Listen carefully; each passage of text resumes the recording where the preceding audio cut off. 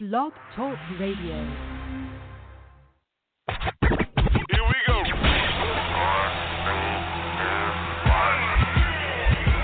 Blast off. This is True Capitalist Radio. True Capitalist Radio. I am your host, the man they call Ghost. The badass of business. Give him capitalism or give him death. That's it. Period. Broadcasting from his Skyline office studios in beautiful downtown Austin, Texas. You sound fruitier than a box of Fruit Loops, for Christ's sake. And now, he'll take it from here. Your host, the prognosticator of prognosticators, the man they call Ghost.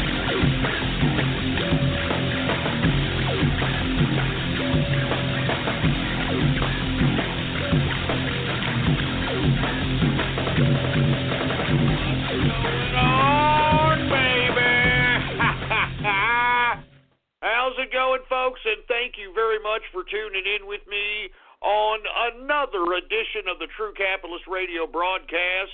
And, of course, I am your host, the man they call Ghost. And once again, folks, I want to thank you very much for tuning in with me. This is episode number 511, number 511 for all the folks that are keeping track of the True Capitalist Radio broadcast. And before we get into anything else, I'd like for everybody to please spread it around like wildfire and let everybody know that True Capitalist Radio is in effect and in the house. And we are live every Monday, Wednesday, and Friday, 6:30 p.m. Central Standard Time, right here on the official website of the True Capitalist Radio broadcast, and it is blogtalkradio.com/ghost.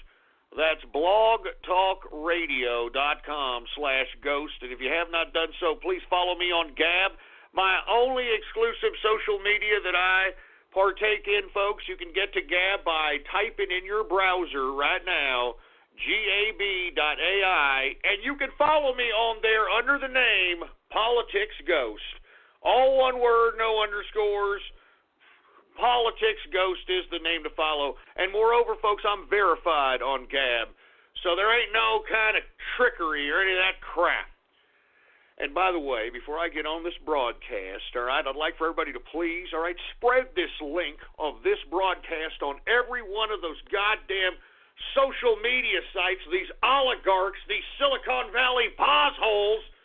Spread it around there on Facebook. Spread it on that stupid posshole loving Twitter. Spread it everywhere.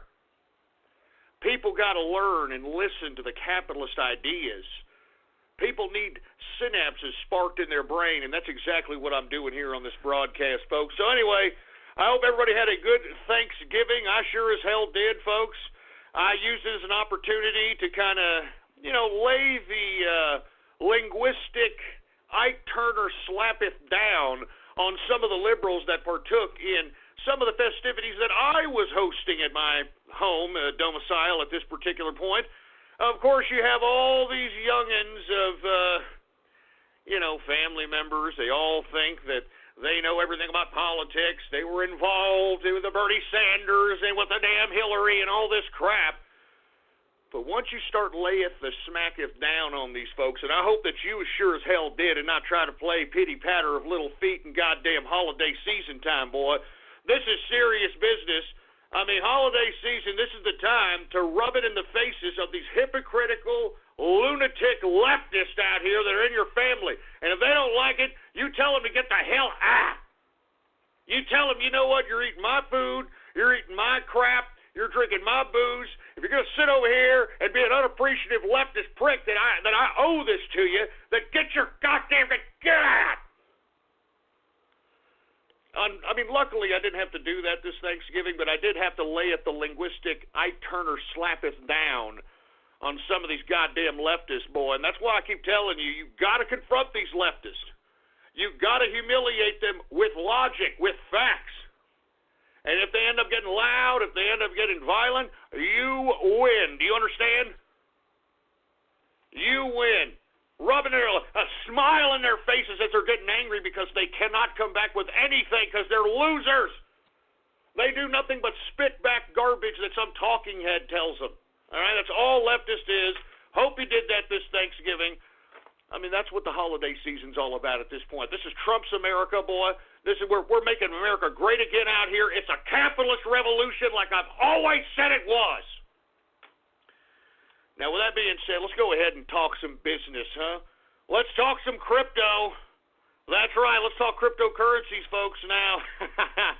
I don't know if you have, look, maybe some of you people have not yet delved into the investment of cryptocurrency, but if you haven't at this point, I think you're an idiot, all right? With all due respect, you're a complete moron. I don't know what it's going to take for you people to realize that there are going to be many and major fortunes made in the cryptocurrency markets, folks. All right? I'm not kidding around. If you're in your 20s, if you're in your teens, if you're in your 30s, if you're in your 40s, you can make what could potentially be a retirement-type move if you're that type of person who thinks that you're going to be able to retire. I'm never going to retire, no matter how rich I am, but there's a lot of people that are like, no, I'm working for retirement so I can just sit home and watch old episode of The Golden Girls and Matlock. That's not me, but either way, if that's you, this is a potential investment situation on a variety of different fronts. Cryptocurrency, new wealth will be generated in cryptocurrency, folks. Mark my words. And that's why I'm covering it first, and I have been covering it first ever since the beginning of this year, all right? I think springtime of this year. And when I started covering it, I was telling folks, look, I was not a believer of cryptocurrency myself. But if you take a look at the market capitalizations of all these cryptocurrencies that yours truly covers, this is real United States dollars being invested in here, folks. All right? I mean, you can't deny it. Even Wall Street now is starting to say that, hey, this Bitcoin, this crypto, it's serious business. You're goddamn right it's serious business. And it's about time for some of you people that have just been sitting there counting the dingleberries in your ass hairs while I've been covering this crap for the past year. Maybe it's about time for you to put some money that's in your goddamn piggy bank and maybe investing in some of this crap. Even if you don't understand the whole concept of pattern trading, swing trading, or even crypto trading, whatever the case might be, just acquire it and hold it. I mean, it's that simple, man. You know, when I was covering cryptocurrencies at the beginning of this year at around April, okay, you take a look at the charts if you don't believe me, Bitcoin was at about $1,200. All right, Bitcoin was at $1,200. Ethereum was at $45. Litecoin was at $65, $70. Or excuse me, Dash. I'm sorry, Dash was at $65, $70. Litecoin was like $9 or $10. I mean, I'm just saying, folks, if you folks would have just listened and entertained an option of just throwing just a small sum at it, I mean, you'd be making some serious money. You know, I even got short bus Aspies and autists that listen to Ghost on cryptocurrency, and all they're doing is just acquiring it and holding it, and they're already triple and quadrupling their money, and they're not even doing anything. I mean, even autists can do it, all right? I mean, come on. Anyway, let's go ahead and get to cryptocurrencies. Folks, this past Black Friday weekend, we've seen a major run in crypto. I think it has a lot to do with this Bitcoin hitting all-time highs at this point.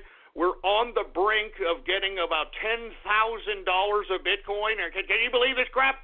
Now, I want to be honest with you. If you take a look back in the archive, I did say that $10,000 Bitcoin is not out of the question even by the beginning of 2018 or by the holidays. And by God, take a look at where we're at right now and take a look at the current Bitcoin price, and you're going to see the prognosticator of prognosticators strikes again. So let's go ahead and start covering crypto. Now, before I start covering Bitcoin, I do want to remind people that I did say there was going to be a run on Bitcoin Cash, and there was a run on Bitcoin Cash, but guess what? Have you noticed?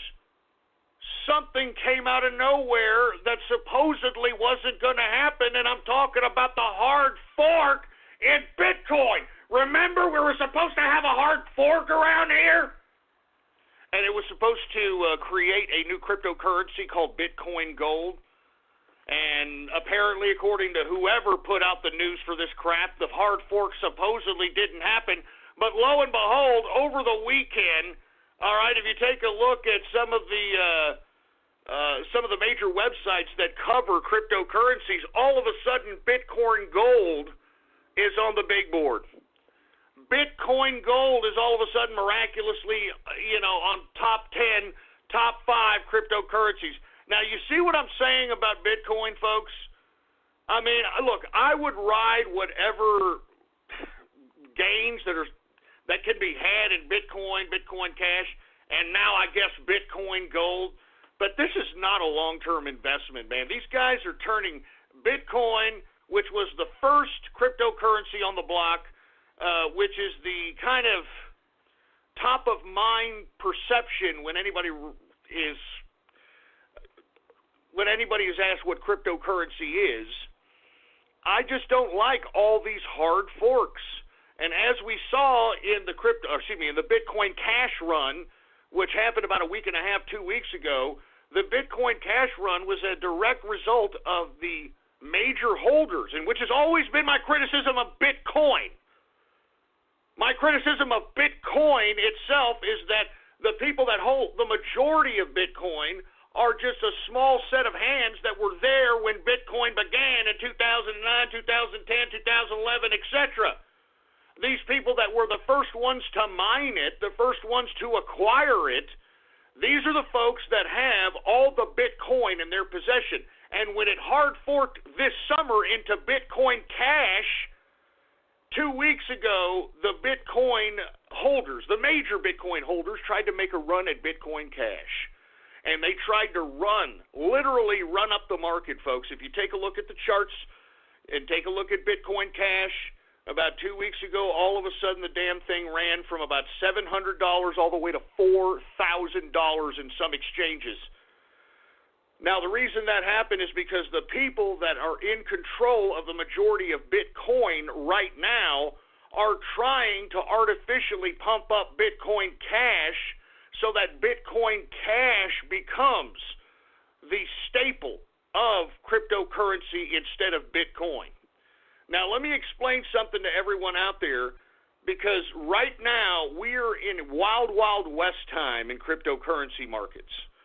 I mean, I'm telling you this right now, folks. Everyone who's in cryptocurrency at even the most technical levels, I'm talking about folks that develop coins, people in the ICO markets, etc., they know that what everyone is truly competing for right now is to be the new Bitcoin.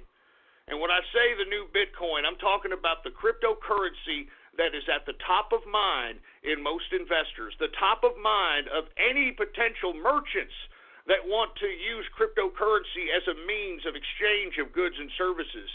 And the folks that own Bitcoin, at least those small hands that are the majority holders of Bitcoin, know this. And as you know, Bitcoin still has some considerable amount of circulation to be mined.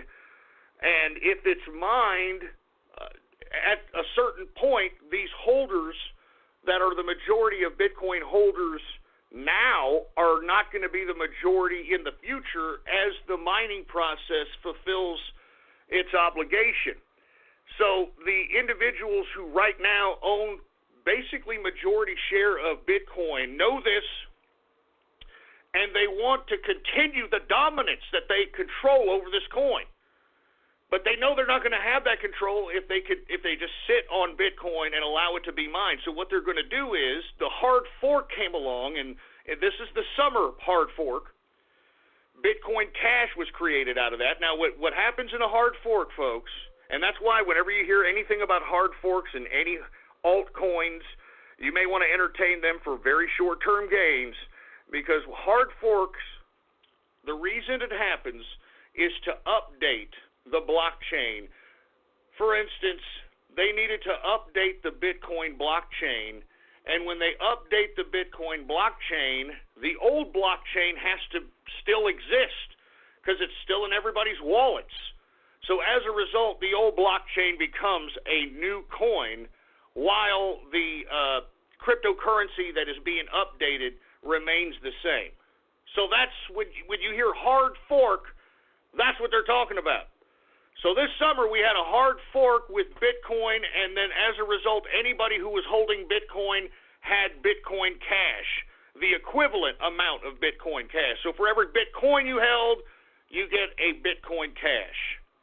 So as a result, all those people right now that are holding all these massive amount of Bitcoins, these folks all got a hard fork Bitcoin Cash, and now they realize that they, the majority holders of Bitcoin Cash, could use this as an opportunity to be able to make a move to become, and I hate to say this, but this is what they're doing, they're trying to be a digital Federal Reserve.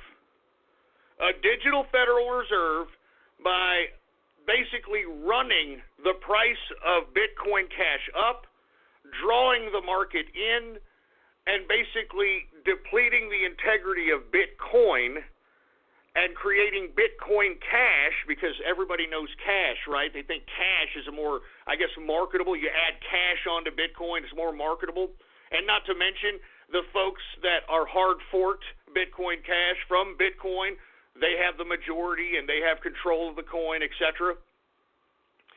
Bitcoin Cash becomes the majority or the new Bitcoin or the king of the crypto markets. Now, it didn't happen 2 weeks ago, and the reason it didn't happen, folks, is because they didn't have enough miners to process the amount of transactions for the run that was happening on Bitcoin Cash. Once it hit about 3,005 to 3,009 to 4,000 in some exchanges, Bitcoin Cash and the miners which mine Bitcoin Cash could not keep up with the amount of transactions that were happening at a very rapid basis because of the run that these assholes from Bitcoin created to begin with. So as a result, the fact that you were having delays and stoppages on Bitcoin Cash trading spooked the crypto investor. As I stated, this is a fickle market. What have I always told you about cryptocurrency investors, man? They're fickle. And once they could no longer trade Bitcoin Cash, it spooked them. Everybody started selling off. And that's why you saw this dramatic decrease in Bitcoin Cash. Now, I said that they may do this over the holiday weekend. Remember I said that the last time we discussed crypto? And I was right. I mean, it did go up a considerable, I think it was about $200 or $400 from what the price was when I suggested that there was going to be a run. But then all of a sudden, folks, in the past couple of days, what comes out of nowhere?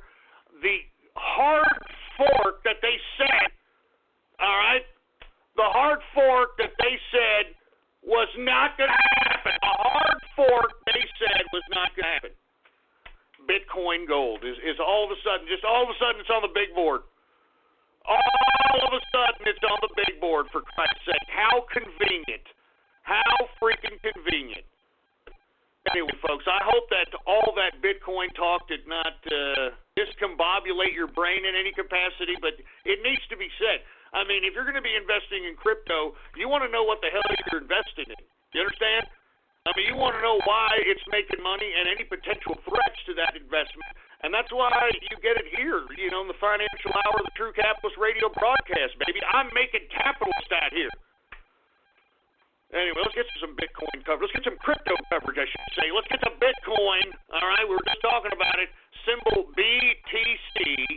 All right, the current market capitalization for Bitcoin is $163 billion.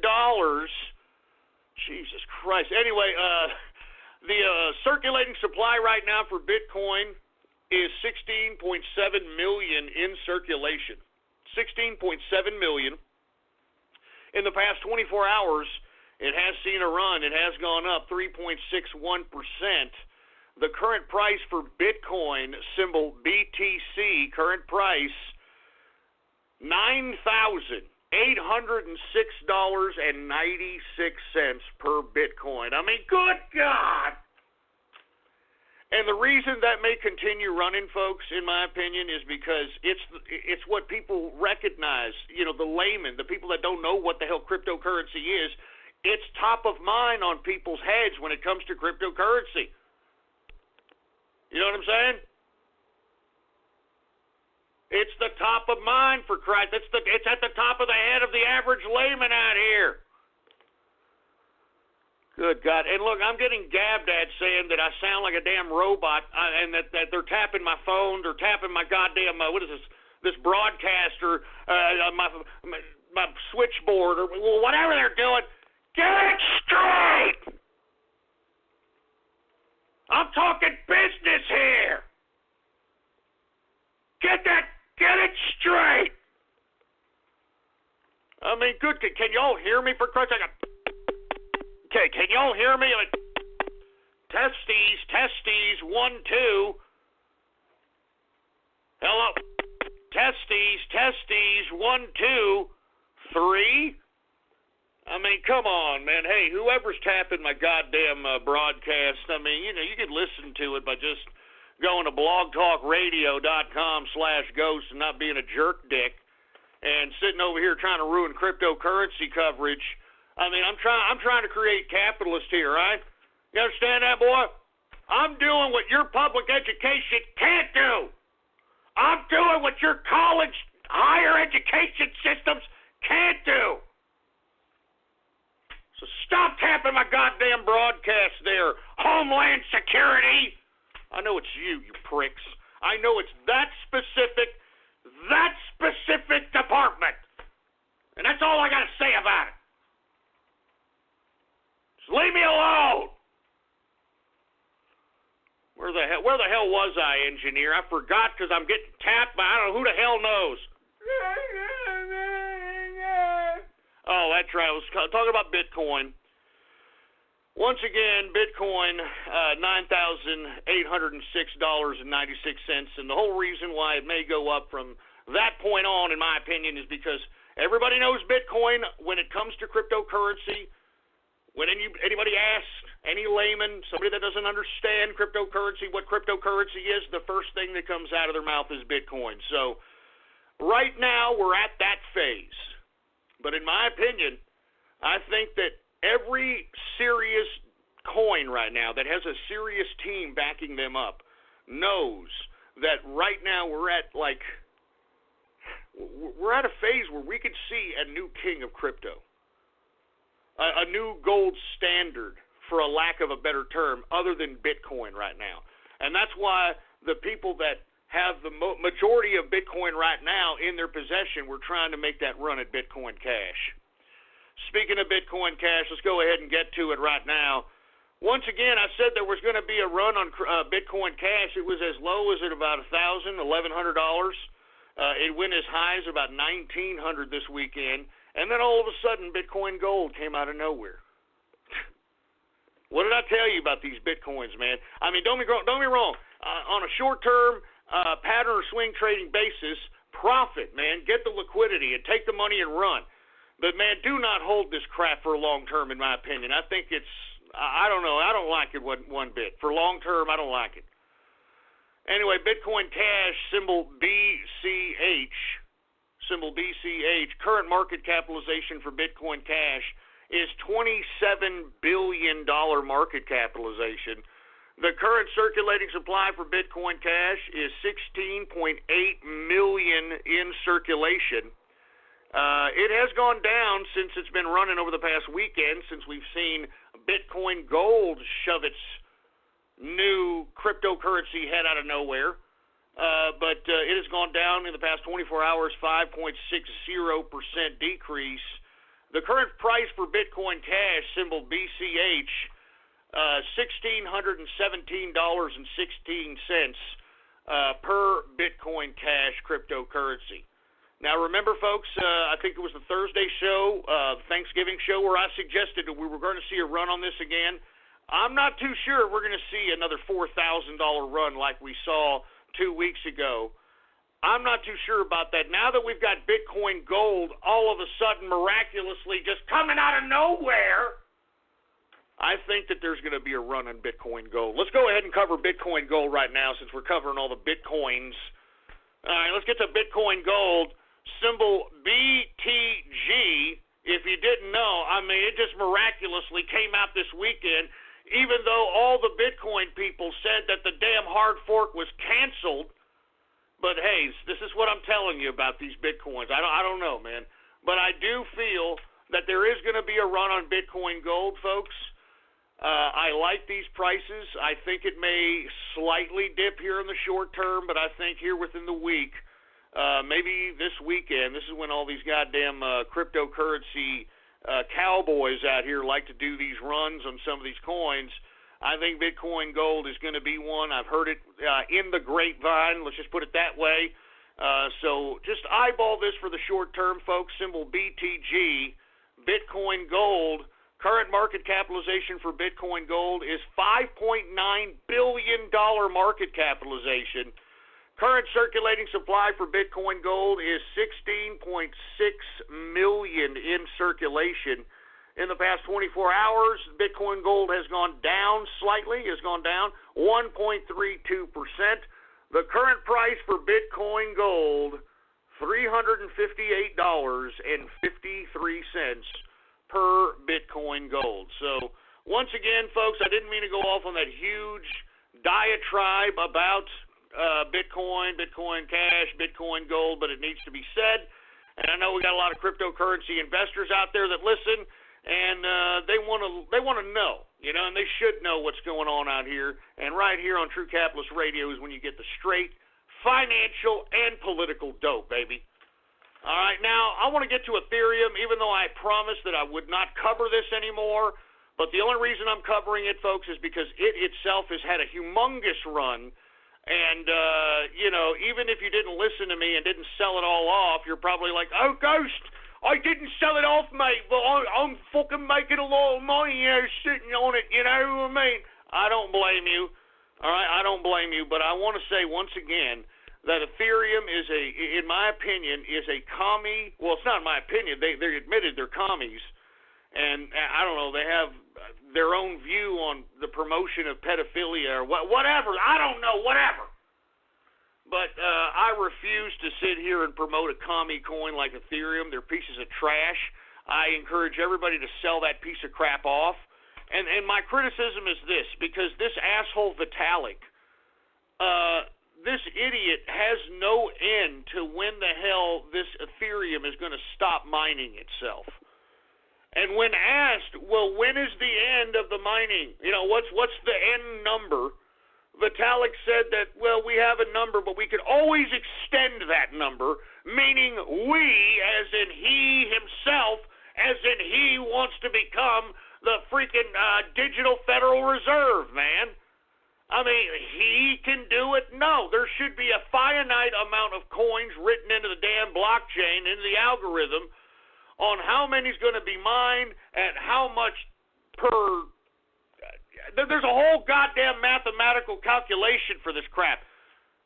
You know, I mean, we're just going to give this guy the authority of just how many are going to be mined. There's already almost 96 million Ethereum in circulation right now. 96 million.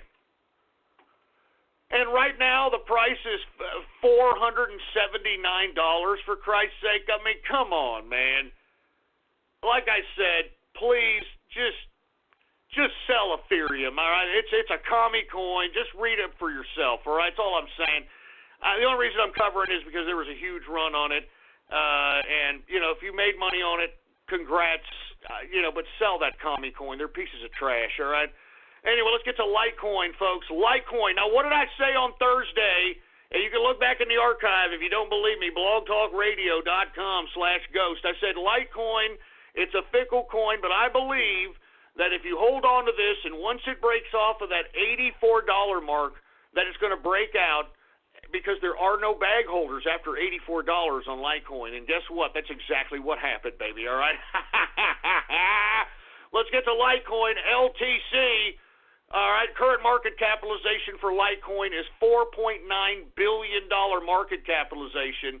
The current circulating supply for Litecoin is 54 million in circulation.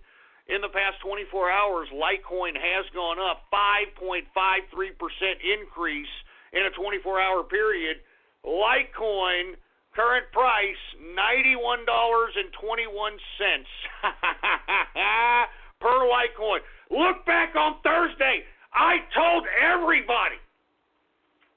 I mean, freaking making money, baby. That's what I do. I mean, I'm trying to plant seeds out here, folks. I mean, I'm literally giving away millions upon millions of dollars of information on this internet, and I mean, I don't know what people are doing with it. I'm just saying. Let's go ahead and keep going. We got Dash. Let's go ahead and get to Dash. You know, I've always been a fan of Dash. It's steady, but it has taken a considerable run. So let's talk about it here. Dash, symbol DASH. Current market capitalization for Dash is $4.8 billion market capitalization. In the past circulating supply for Dash. Now, this is why Dash is so attractive to a lot of the investors out here. Aside from the transaction speed that Dash is known for, low circulation for Dash. Current circulating supply is still 7.7 million in circulation. In the past 24 hours, Dash has gone up 0.60%. Now, it's only gone up modestly, but folks, Dash has had literally within the past week a 200 and change run. Like literally $200 and change has been added on the price in a goddamn week for Dash. And that's why I always said I like Dash. Didn't I always say it? Current price for Dash is $630. $630.07 per Dash, folks. I'm telling you, folks, I don't know what y'all are doing. I don't know what y'all are doing. I've been telling you guys, but no. You just want to, Ghost, I don't want to do it. I don't like it. I don't know how to do it. I want Szechuan sauce. Good God. Anyway, let's go to Monero. Now, folks, I don't really like Monero personally because I suspect that the creator of Monero is a freaking brony. But the reason I keep covering this as I cover any of the cryptocurrencies, you notice this, folks, right? Any cryptocurrency that yours truly covers on this broadcast is hot, it's ripe, it's profitable, you know it, and I know it. So that's why everybody in the crypto world out there on the internet listens to this first hour of this broadcast all over the world. Let's get to Monero. Current market capitalization for Monero is $2.7 billion market capitalization. The current circulating supply, XMR, is the symbol. XMR is the symbol. Circulating supply is 15.4 million in circulation. In the past 24 hours, Monero has gone up 8.15% increase on the day. The current price for Monero, symbol XMR, is $177.05 per Monero. Can you believe that? Can you believe that crap? I mean, good God! I remember when I was covering Monero back in April, and Monero was like 12 or 15 bucks. Come and get some, baby. Come and get some. I'm planting seeds. I'm trying. Let's go ahead and get to another one I've been covering that just continues to go up and up and up and up, and I don't know when the hell this is going to come down. We're in uncharted territory here, and I'm talking about EOS, and of course the symbol is EOS. I have no idea what's running this thing. It continues to run, and it has not stopped, folks. Take a look at the chart on that son of a bitch. It has not stopped. It's something to entertain. I don't know when the hell that's going to come down, but I've been covering it, and it just hasn't gone down. Let's go ahead and get to it. Current market capitalization for EOS is $1.3 billion market capitalization. The circulating supply for EOS is 502 million in circulation.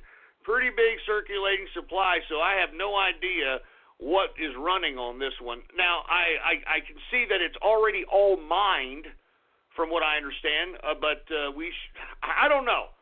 I've got a piece of it. I got a piece of it when it was at about $1.75, and I said, look, I'm gonna get a little piece of this and see what happens. Folks, it has gone up.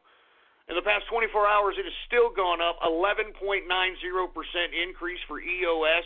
The current price for EOS, $2.76 per EOS cryptocurrency. Folks, I remember when EOS about a month and a half ago, okay, was 50 cents. It was 50 cents. Good God. Anyway, let's continue going. Let me go one of my personal favorites. I got a considerable amount of this. Quantum, QTUM is the symbol, Quantum. Now, once again, folks, Quantum is a coin that you are just going to see dramatically go up one day, much like you see some of these coins do. But the only difference is I believe Quantum is going to be the token that is going to be behind the ICO markets in China once China legalizes ICOs once again and opens up their exchanges. Now, that's my opinion. I know a lot of people are neo lovers, and I don't know where they're getting that speculation, but, good luck with that wishful thinking. I think Patrick Dye has the inside track with the Chinese government, both on a governmental and an exclusive business level. I think that he's got the inside track with Alibaba and just in the bigwigs, in my personal opinion, man. I believe that this could be the Bitcoin of Asia here within the next year. So when I was buying this and advising my inner circle to buy this, it was at about 7 and change. Most of the inner circle got in on it, and we've been holding on to it. We're long-term on this, so go ahead and consider that move what you will. Once again, Quantum current market cap is $1 billion market capitalization for Quantum. The current circulating supply is 73,629,688 Quantum in circulation. Now, from what I understand, there's not going to be any more than a little over 100 million that will be currently mined in total. In the past 24 hours, it has been fluctuating. It's gone down very slightly, 0.80%. But the current price right now for Quantum, symbol QTUM, current price, $14.69 per Quantum. Now, let's go ahead and get to Omnis Go, folks. You know, when I was covering Omnis Go, I suggested this because I heard it through the grapevine. Yours truly is out there on the crypto interwebs trying to hear in, listen in, what the hell the big-time crypto guys are talking about, and they were talking a lot about OMG is the symbol, OMG. And at the time I started covering this, folks, it was at about $6 and change. Let's go ahead and cover it and see what's going on with it now. OMG, Omnis Go,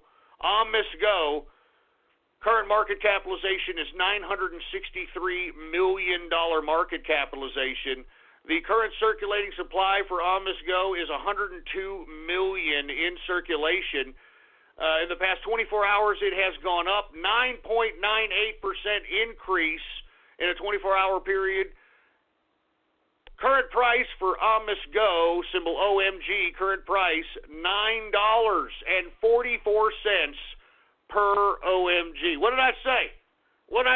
I heard it through the grapevine.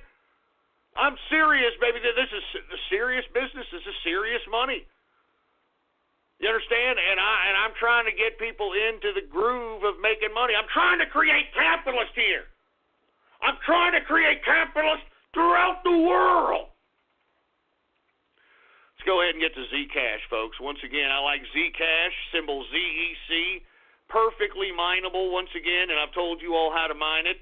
You can go to genesis-mining.com, genesis-mining.com. Hook yourself up with a 2-year Zcash mining contract. I'm telling you, it's ripe for mining right now. I can see people are taking advantage of it. I don't blame you.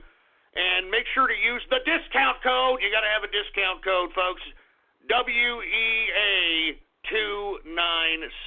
All right? Hook it up with a discount. WEA296. Now, the reason I'm so hype about Zcash, if you just take a look at the circulating supply, it's at the beginning. It's at the beginning, so that means that there's this coin is still ripe for other hands to take possession of large quantities of Zcash.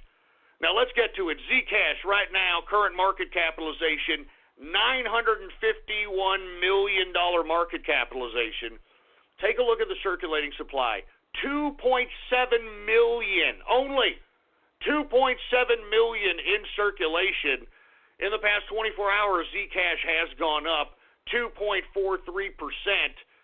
Current price for Zcash, ZEC is the symbol, current price, $350.67.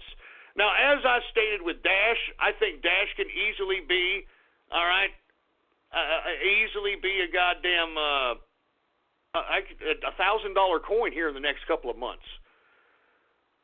I can easily see Zcash 800, 900 in the next couple of months, just based on the low circulation and on their blockchain technology.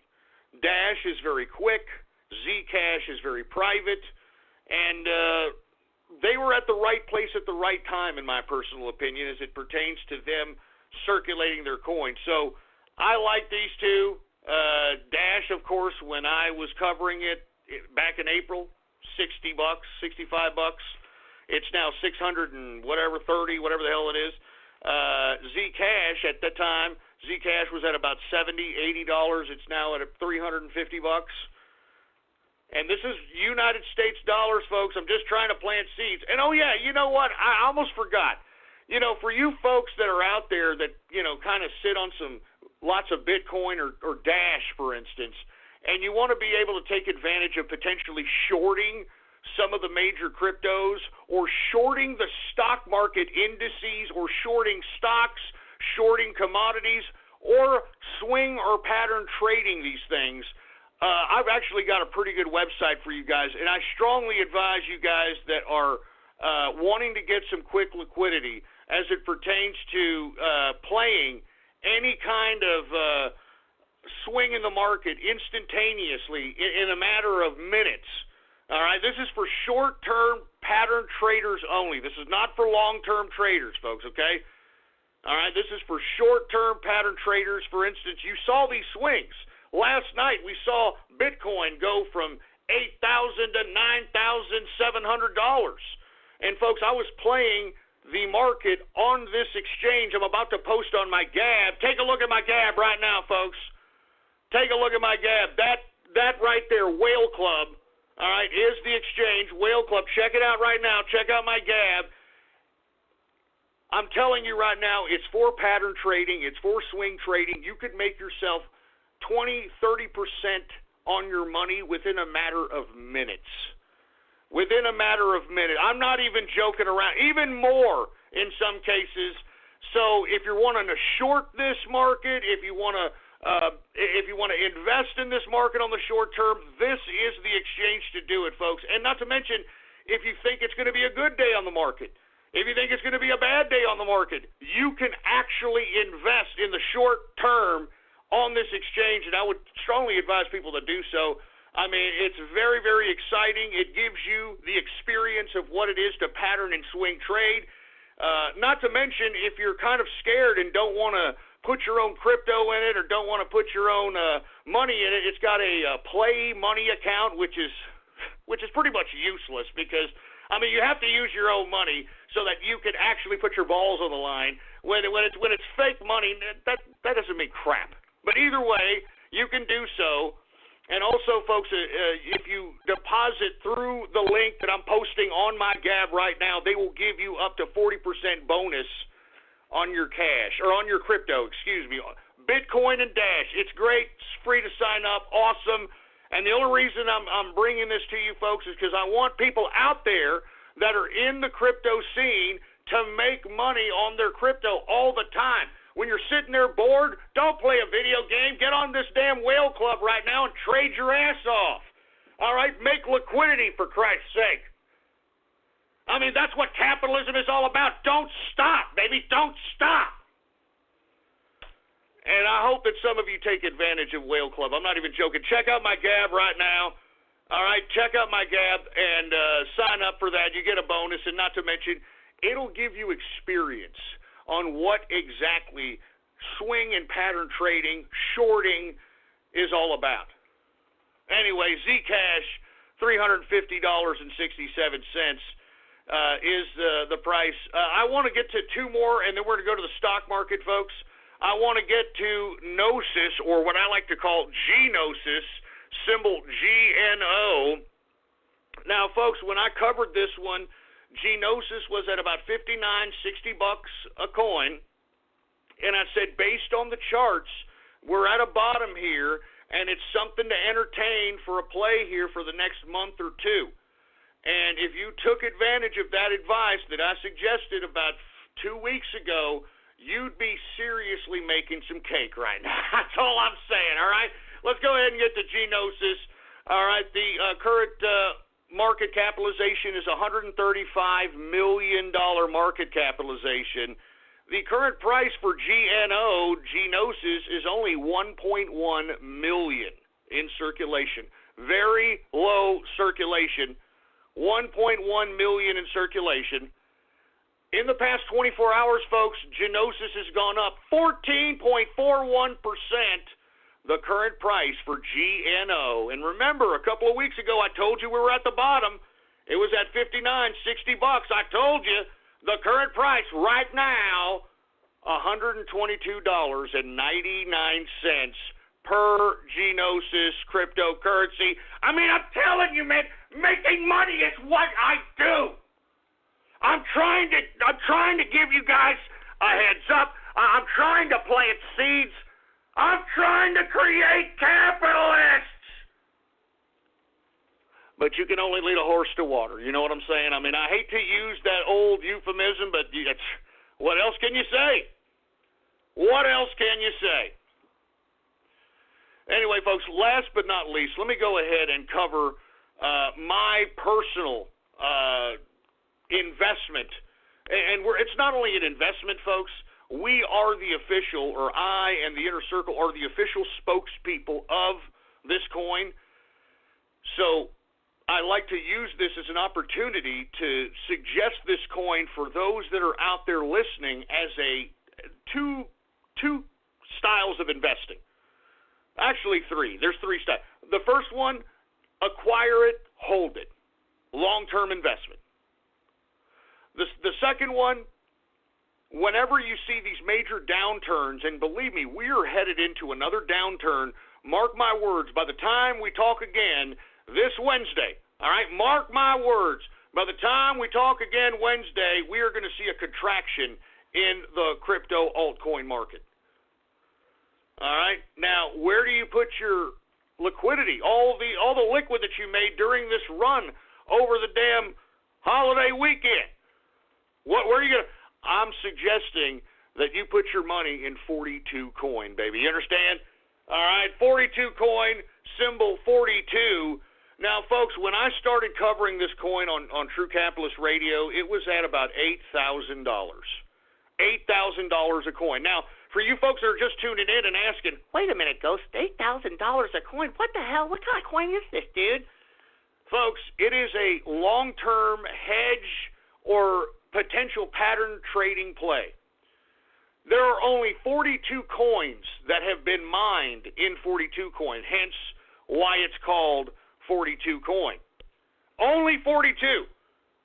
Now, with that being said, folks, because there's only 42 coins mined, the scarcity of this coin is going to, by default, create a price increase as more and more investors realize the value of this coin, and the value is in long-term investment, hedging against any downturn in the crypto markets, and, folks, pattern or swing trading.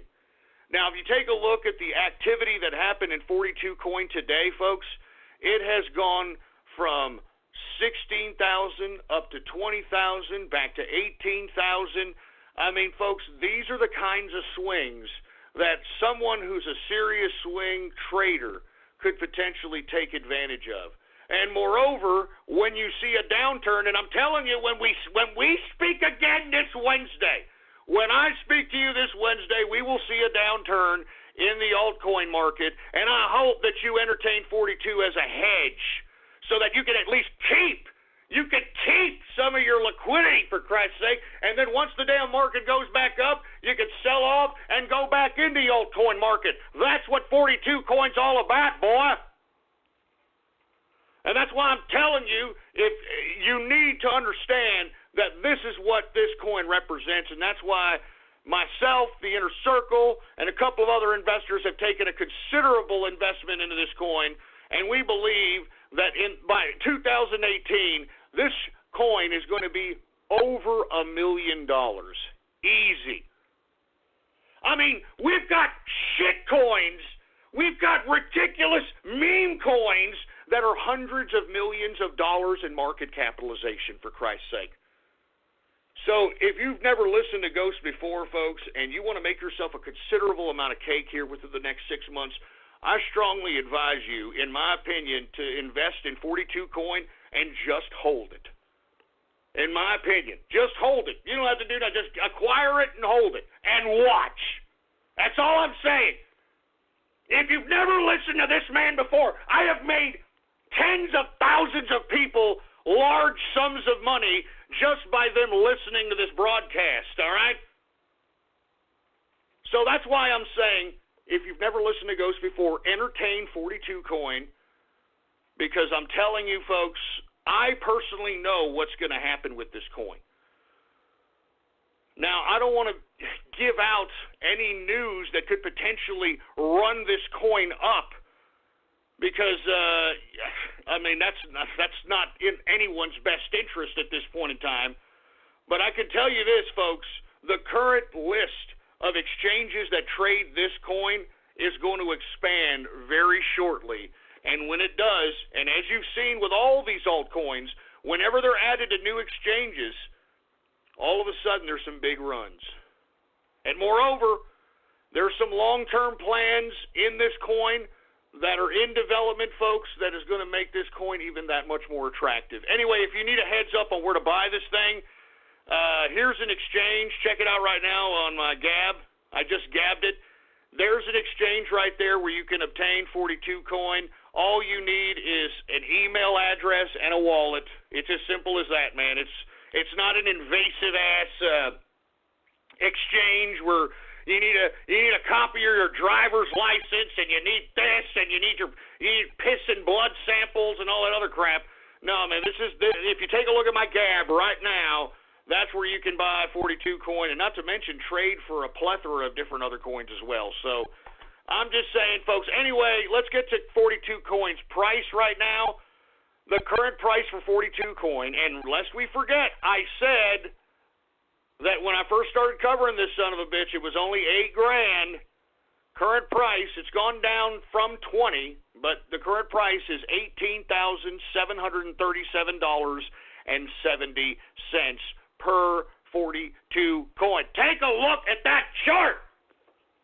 Take a look at that chart on 42 coin, and guess what? That's just the beginning. Mark my words, because it's going to go all the way up. 42 coin is going to go all the way up. Mark my words. And look, I'm a little afraid about hyping this coin, because I don't want too many of you tards going after the coin and rising the price. Myself and the Inner Circle are still trying to acquire as many blocks of it as we can as we continue to pattern and swing trade and make moves. So I'm a little apprehensive about this, but look, I'm just saying, all right, 42 coin will be the coin that people are going to be talking about. You're going to be hearing about 42 coin in magazines soon. I'm just saying. Anyway, folks, that is it for the cryptocurrency coverage right now, folks. I know I should have got to stocks and all kinds of other stuff, but you got to pick your poison here. So look, we're just going to go ahead and get to stocks right now, all right? Now, folks, we saw an increase throughout the day in the stock market. the problem is what's really spooking the stocks and the investors on Wall Street is the lack of cohesiveness that's happening amongst the Republicans in the Senate as it relates to the tax cut. The tax cut is a big deal, folks. If this tax cut is not passed, that bullish call that I had for the next 4 quarters could be retracted very fast. And the reason is because we need this tax cut to be able to not only continue to fuel the stock market, but to fuel job growth, to fuel the economic data on a positive level that we've been seeing on a consistent basis for the past 3 quarters. We need a repeal of Obamacare so that, unskilled laborers can once again get overtime and get full-time labor. I'm just saying. But that tax cut is key to seeing if we're going to continue to see growth in this market. So call your congressman, call your senator specifically and say, look, you're a Republican-dominated body. There should be no reason why this tax cut is difficult. The only reason that this tax cut is being difficult is because we got a bunch of jerk-offs trying to virtue signal on the right that should be pimp-slapped for being a bunch of obnoxious attention whores as far as I'm concerned. Give me a break. Anyway, let's go ahead and get to the market. Now, we did see some positive news in the economic front, folks. We did see a rise in home buys. All right, a rise in home buys. So, with that being said, that fueled the market during the day. But as we continue to see this messing around between, we're making deals out here in the back, and we're doing this and that about the tax cut, and I disagree with this. The more and more these morons in Washington give interviews, the more it spooks people in Wall Street. So, this is where we're at this point. Let's get to the goddamn stocks. All right, Dow Jones Industrial. All right, it was up today. At least it was still up. 22.79 points. A percentage increase of 0.10%, closing out the Dow Jones Industrial at 23,580.78 points for the Dow Jones Industrial.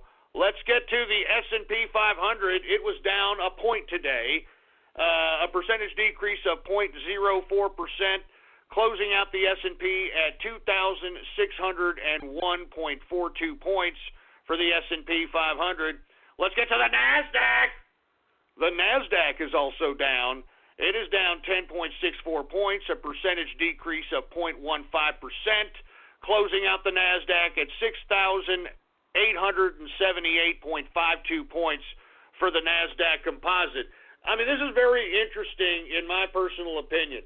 This is very interesting because we should be seeing increases considering we had economic data come in from the real estate front today. And then we saw positive numbers coming out from the Black Friday holiday. I don't know what the hell's going on. As a matter of fact, folks, I think that's why we saw a run on a lot of these altcoins, and we're seeing a run on Bitcoin as well, is because you're starting to see online retailers accept cryptocurrency as a means of exchanging goods and services. So that's why I'm saying we saw such a big run this past weekend in crypto.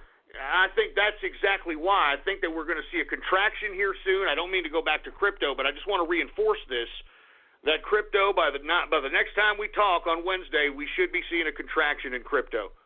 All right, but once again, we should have seen some decent numbers here in the stock market with all this economic data, but they are spooked because this damn Congress, it's not the Congress, it's the Senate, really, it's the Senate specifically, can't get their heads out of their ass and figure out what kind of a tax cut is going to be implemented. It's ridiculous. It's pathetic. Jesus Christ, man. Now let's go ahead and get to energy, shall we? And commodities. Let's get to that real quick, all right? Now, folks, we're seeing a decrease in energy because of, once again, reserves that are being tapped into to offset any potential halts in the lines of production as it pertains to OPEC. But lest we forget, Canada up there is producing oil, and the United States is producing oil, and there's a lot more competitors on the world oil market, so that's why we're seeing a little bit of a contraction going on here. And it's been contracting for the past couple of days. WTI sweet crude down today 24 cents, a percentage decrease of 0.41%, closing out WTI sweet crude at $57.87 per barrel of WTI sweet crude.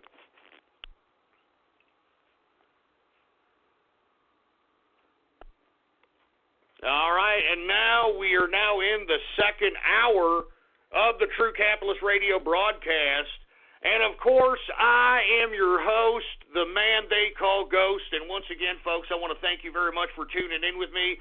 My apologies for the financial hour leaking into the second hour, but, baby, it's about money. You know, when it's about money, I want to make more capitalists out there. I want to make sure that anybody who's listening can take advantage of the information that I'm giving out for free and make better capitalists of themselves, baby. I want to create more capitalists. That's why I do this show. And if you haven't already done so, folks, please add to your favorites or bookmark the official website of the True Capitalist Radio Show, blogtalkradio.com/ghost. That's blogtalkradio.com/ghost. And follow me on Gab, folks, if you have not followed me on Gab, or if you do not have a Gab account. By God, Gab is probably the last place you can find any remnants of free speech on the internet, for Christ's sake. I mean, type it in your browser. Get a free account right now, gab.ai. Good God. And you can find me there under the name Politics Ghost. All one word, no underscores. Politics Ghost is the name to follow. And I am verified. I am verified on there, boy. All right, so there ain't no little cloning situation. So anyway, let me get back to the commodities coverage. As a matter of fact, let me get some more beer. Let me get some goddamn beer. Now, I'm gonna be honest with you, folks. We had some folks over. I've got a hodgepodge of different beers here. All right, I'm serious. I mean, it was Thanksgiving. We had all kinds of beer. So, with that being said, I've got me some cans now. I've never seen these little fruity cans before in my life. I don't know if y'all are familiar with the Belgian beer Stella Artois. But from what I understand, according to my friends in the inner circle that are from Europe, this is known as wife beater beer. I mean, I'm serious. I mean, that's why. At least that's what they said. I mean, maybe they're trolling, but that's what it's known as over there in Europe, is wife beater beer. And out here in America, I don't know, I guess they've marketed it as some kind of class act or something. And I don't know if you've seen these small little fruity-ass cans. Somebody actually brought this to my house, and I almost threw them out. I'm not even joking. I was like, what the hell? Are you trying to make some kind of a freaking fruit bowl statement or something? I asked them if there were a pause hole. I'm serious, folks. I'm looking at it right here. It's 11.2 fluid ounces.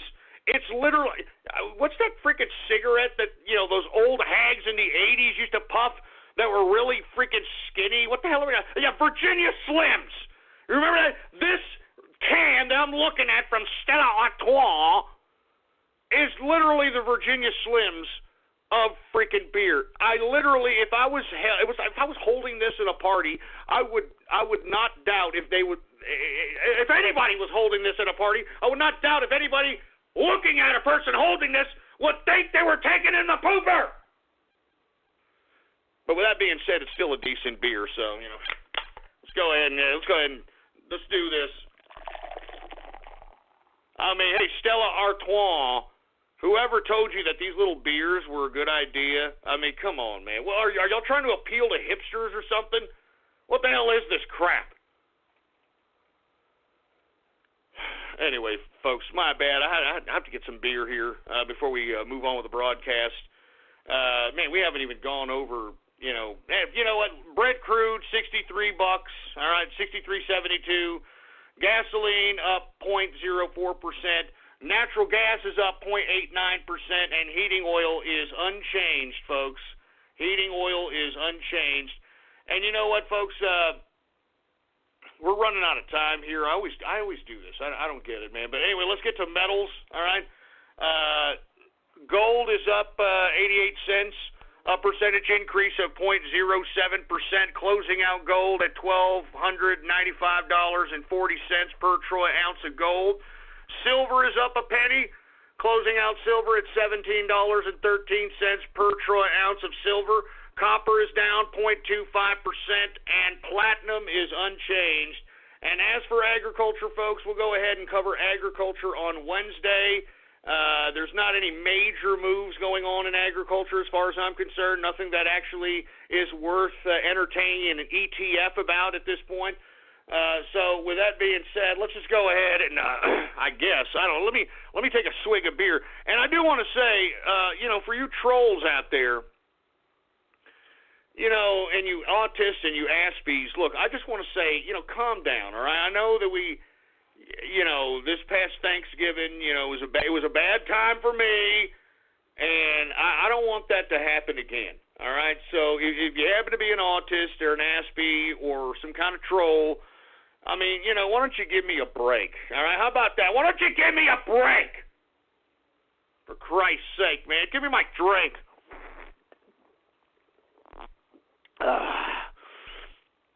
All right. Hey, engineer, do we got any Gab shout-outs to be had out here?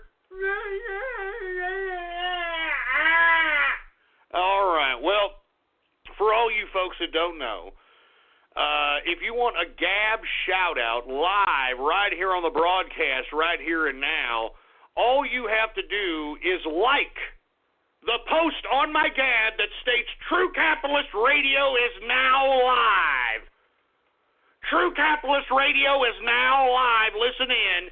If you like that post on my Gab, I will give you a Gab shout-out live right here on the broadcast right here and now.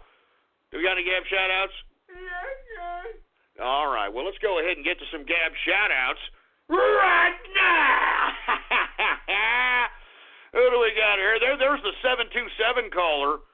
There's Little Pump. Is that the fruit bowl that's the wrapper that's the bottom? Who knows, man. We got Jenda Sawyer. We've got Helis. The Texas soy farmers. Yeah, real funny, you moron, all right?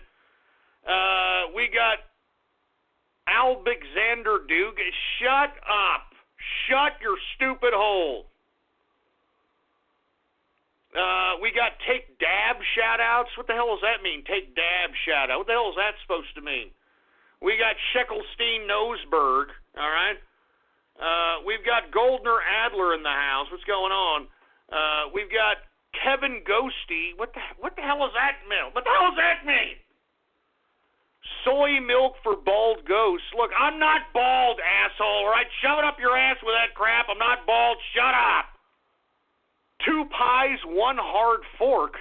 What the hell is that? Shut up! Just shut up! Napa know-how. The Napa guy knows not to judge a man by his car's multicolored paint job or absence of modern gadgetry. Who cares if it's technically old enough to vote and the windows are powered by the strength of your left arm?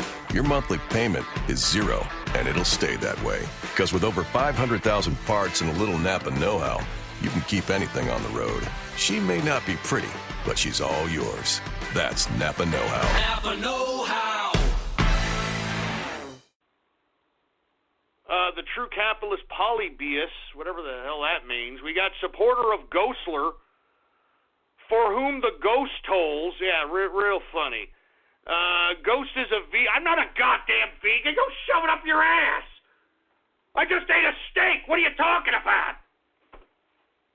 I mean, let me tell you something. I cannot have a meal unless something was once living that was on my plate. I'm talking like an animal. You understand? A cow, a pig, something. You're not going to appease me with a bunch of freaking lettuce. You know what I mean? Shove that lettuce up your freaking poop chute, boy. Jesus Christ, man. We got the 10-ton hick plague. What the hell does that mean? We got Hambone Capitalist, BN King in the house. I'm Pickle Soy Boy. I'm Pickle... Oh, jeez.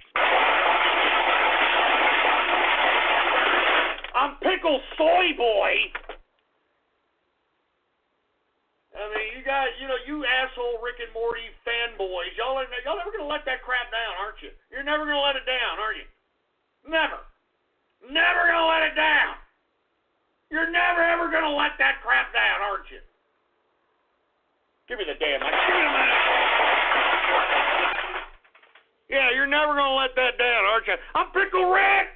Rick! I mean, and I'm sure that would apply to any kind of phallic-looking object, doesn't it, boy? Huh? I'm Cucumber Rick! Right? Huh? I'm Zucchini Rick! Woo! I mean, I'm serious. That can apply to any phallic-looking object. Stupid idiots. Just shut up. Why don't you all just shut up already, all right? Good God. Who else do we have here? We got Eat Your Veggies Ghost. Just shut up, man.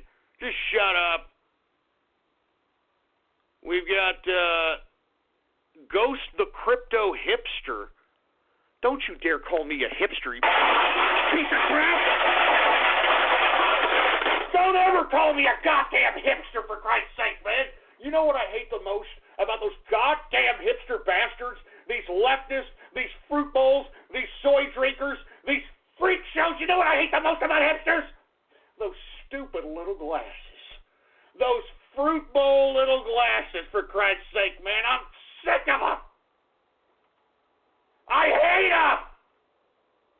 All you hipsters can take those goddamn little fruit bowl glasses and shove them right up your hipster ass. I hate those glasses. Call me a goddamn hipster, you piece of crap. Give me the mic. Give me the damn mic. Don't you dare call me a damn hipster, you piece of crap. I hate hipsters, man.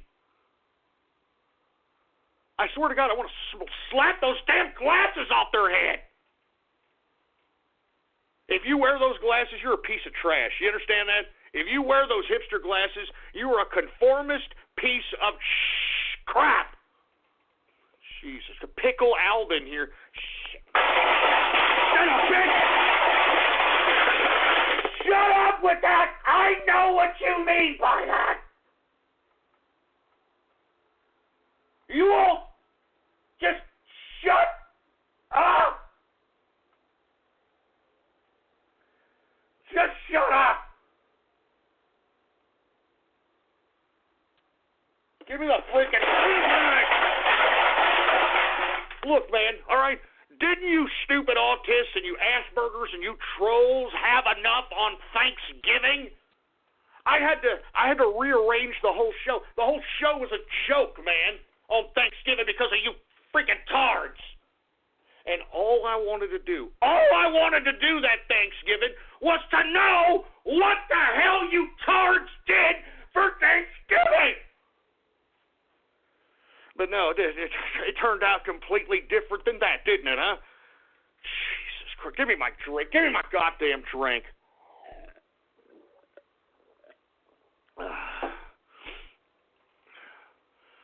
Don't call me a hipster again, you piece of crap. We've got Chaos 2 in the house. Who else do we have here? We got Ghost waxing his carrot. Yeah, shut up, all right? The Texas hipsters. No!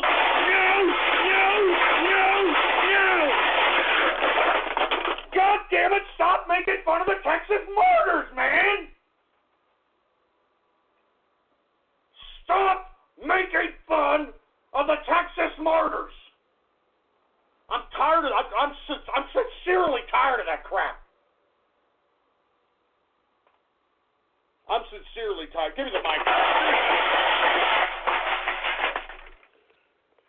I'm sincerely tired of that garbage, man. Do not make fun of the Texas martyrs again, you piece of trash. Do you understand?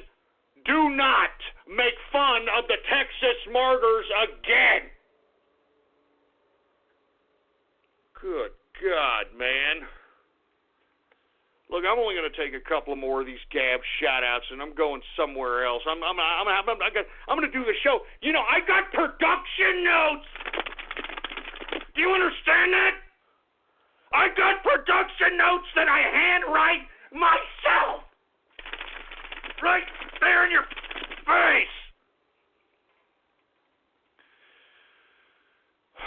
I'm not going to let you trolls win, man. I mean, why don't you trolls listen to the first hour, and instead of troll, you're singing a like Cardi B song. You're like, I'm not trolling now, I make money moves.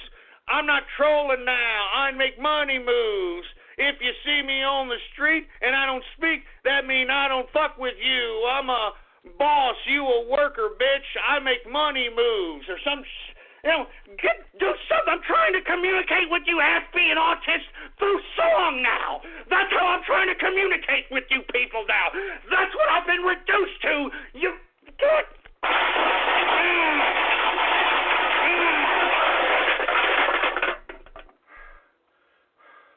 I mean, what is this? I'm turning this goddamn show into a musical or some crap. Good God.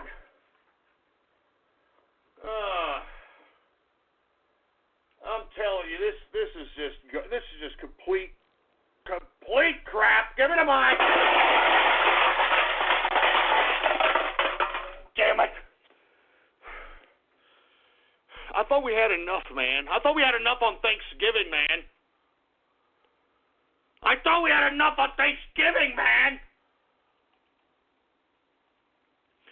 You know what? I'm not taking any more Gab shout-outs. I'm not being humiliated like this on my own show by a bunch of autists and ass-betards, for Christ's sake, man. I'm not doing this, man. Do you understand? I mean, I don't think that you people understand. I don't think that it goes through your thick, disgusting, Asperger, autism-ridden noggin. I don't think that you can comprehend it in your non-cognitive understanding brain. I'm a capitalist, all right? And I deserve the respect. The respect accorded that title. I'm not taking any more. Get the goddamn Gab shot. Get him off my screen, engineer. I'm not dealing with this anymore. I'm just all you people that are out there, shove it up your ass, man. I'm not giving Gab shout-outs anymore. You people are pieces of crap. I just can't believe this sometimes, man. I just can't believe. I mean, I'm shooting pearls to you people. I'm shooting pearls to you people, and you people could give a rat's ass. You know that? Good God. Anyway, look, I'm done. I'm done with Gab shout-outs. That's for sure. And I refuse. Do you understand me? I refuse to allow you aspie autist trolls to bring me down to what you all did on Thanksgiving. You all can shove that idea up your goddamn psychotropic, drug-ridden colon pipes, all right? Freaking pissed off now, man. I'm pissed!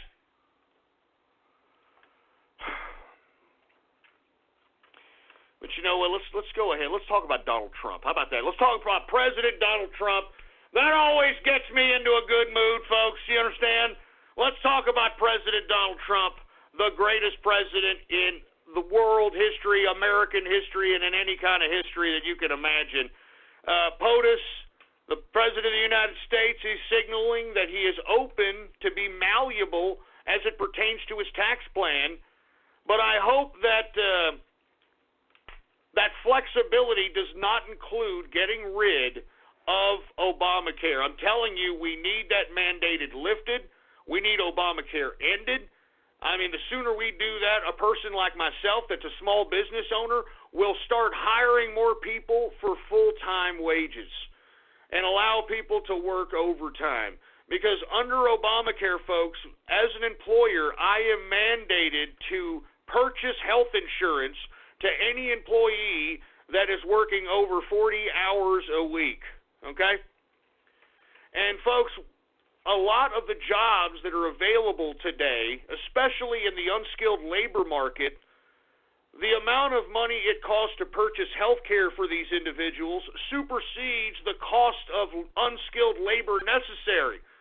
So, basically, Obamacare outpriced unskilled labor out the market. Hence why you see so many people on food stamps and on welfare, because no one can make a living wage on a single job because those jobs have been outpriced by Obamacare. I mean, it's the truth, folks. It's the truth. And I hope that the president is not malleable as it pertains to the 20% tax rate for corporate businesses. I hope that that stays the same. And pretty much, I'm a pretty basic man. I just want the 20% on the corporate level. I have a few corporations, and 20% at the corporate level would be extremely generous. And moreover, some of the write-offs that are being proposed for this particular tax plan are very generous as well to corporations and individuals who happen to be small businesses. So it is going to be very exciting here once they pass this. And let me tell you something, Donald Trump is going to pass this tax cut. Now, is it going to be what it's being built up as? Probably not. But that's why I'm being realistic, and that's why I'm saying if we can get the 20% tax rate at the corporate level, if we can lift the Obamacare mandate, that will drastically increase employment way faster than we're seeing it now. And the only reason we're seeing it now is because we have a president that has a Make America Great Again economic policy that is drawing employers and investment back to this country. Now, if we were to have this tax cut, we would have the engine of employment in this country, and I'm talking about small businesses. We would have small businesses hiring folk, and it would be a lot more fuller of an economy, and I think that that would pretty much remedy a lot of the discontent that you're witnessing across the country on most levels. Now, granted, you're still going to have these neurotic nutcase leftist, Antifa, political agitators, virtue signalers, but for the most part, these big crowds that these people organize, the most of the reasons why they're there is because they're lonely and they have no money. All right? Now that we're going to have jobs coming back to the country, people are going to be hiring again, money's going to be circulating hands, you're going to see a completely different America. But this tax cut is so key and integral for the Make America Great Again economic policy that it just cannot be held off until 2018. We need it done by Christmas. We need this done by Christmas so that we can see a 2018 that is so prosperous we can't even imagine. So with that being said, folks, please call your senator. If you happen to know his number, email him, message him on Twitter, Facebook, whatever the case might be, and say, look, we need this tax plan, and if for whatever reason we cannot pass a tax cut, then it's going to be your burden 2018. Because by God, folks, I think at this point in time, considering you have this president who his main focus, and I don't care if you hate the man or not, President Trump's main focus has been to make America great again and to increase economic productivity and employment in this country. And this man has done that, not to mention a whole bunch of other things that he's accomplished on an international front that we're going to get to in a minute. But this man has literally made America the focal point on his policy agenda on all fronts. No one can negate that. But of course, you're going to continue to have fake news, CNN, MSNBC, and all these leftist propaganda wings continue to bash this president for many reasons. First of all, they have their own agenda. And lest we forget, folks, I hate to keep reminding everybody of this, but it bears repeating. Lest we forget that stimulus package 2 that was passed during the Obama administration, at the beginning of the Obama administration, was a free taxpayer money handout to anybody and everybody who contributed to the Obama campaign and the Democratic Party.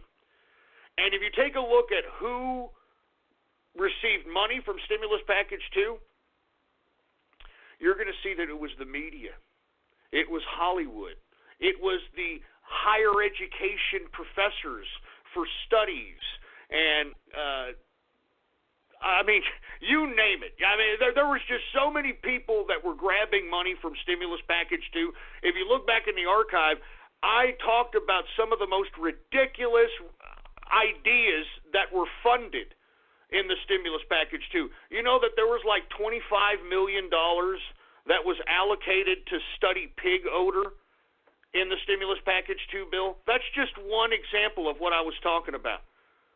All right? Now, who the hell is studying pig odor at $25 million? And are you, honestly, do you think all that $25 million is going to study pig odor? Of course not. It's going to go into some professor's pocket. It's going to go into some dean's pocket in higher education, and that's why these people are so pro-leftist. That's why they're so pro-Obama. You understand? That's why these people are Democrats. Look in stimulus package 2, man. Hollywood got money. The pornographic industry got money. GM got money. GE got money. Everybody who donated to the campaign contribution account of Barack Obama got money. And you know what they were trying to do during the crisis that supposedly they inherited? They were trying to create a socialist system within the bureaucratic infrastructure of America. And let me tell you an example of that. Haven't you noticed, folks, if you happen to be a young man right now or a young woman and you're trying to buy yourself a used car, you know, back in my day, folks, I could literally get a part-time job, okay, and afford a shitty apartment, a crappy car that I could pay cash, and still go to college on a part-time job, okay? Now, I'm asking you young people that are out there looking for cars, like a used car, because back in the day when I was a young man, I wouldn't go buy new cars because you're literally obligating yourself to a high monthly payment that, you know, you really don't need to obligate yourself to. You just need to get from point A to point B. And back in the day, there were always used cars to choose from. And you didn't have to pay an arm and a leg, man. I mean, I remember I got my son a car back in the 90s. I got him a running car for $500 in the 90s. $500. All right? And he fixed it himself. He did a whole bunch of stuff to it, and, you know, it was his. You know, there was no payments on it, whatever. Well, have you tried to do that now, folks? Have you tried to go and look for a used car and see if you can get one? I mean, and it doesn't have to be a perfect one, right? Just one that runs for a year, right? Especially you working folk, especially some of you working younger millennials out here. I bet you would love to find in a classified section a used car that runs, even if it's only going to run for a year. You would love to find one for $1,000, $1,200, $1,500 at this point, right? Because it would negate, even if it crapped out in a year, it would negate the whole idea for a new car payment each month. Well, folks, you can't find those anymore. You can't find cheap cars anymore for $1,000, $1,500 that run anymore. You want to know why you can't find those anymore, folks? I'll tell you, during the Obama administration, and I believe, I'm not sure if this was integrated in the stimulus package too, or it was added on later, but they actually ran a program in the Obama administration. I remember this very vividly. They had this program called Cash for Clunkers. Y'all remember that? Y'all remember Cash for Clunkers? Like, come on down, we'll give you $2,000 for whatever clunker you have on a new car and all this crap. You see, this was an attempt by the Obama administration to centrally plan two things. First of all, to eliminate the amount of circulated cars in circulation in America. And, man, just imagine during that, and just look it up for yourself if you think I'm lying. Cash for Clunkers. It was a real program. And there were millions of cars that were given in for I don't know how many freaking billions of dollars, exchanged for what? Smart cars. and energy-efficient cars. You notice that? Now you can't find old cars like you used to anymore because the centrally planned government of Barack Obama and the Democrats took all the old cars that people would be able to kind of use and afford at a lower class or a lower income level, and now they're forcing you into what? Small-ass death trap electric smart cars and little Priuses and all this electrical bullshit. Excuse my French. You know?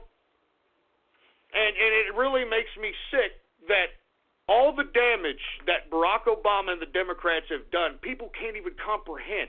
Something as little as taking millions of used cars out of circulation in the market of the United States, which then perpetuates into a lack of transportation, because that's exactly what the Democrats and the leftists want. They don't want you to have a car. They want you to rely on public transportation. Why?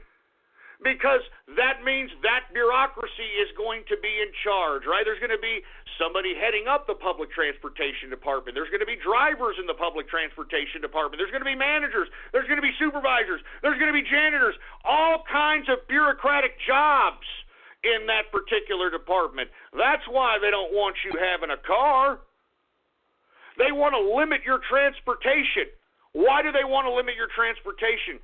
Because, folks, they want the new millennial in this idea that all they need to have is a 200 square foot room as an apartment with no transportation, within walking distance from a menial job that they can barely afford their rent, and literally living from paycheck to paycheck, hopeless, familyless, and completely brainless.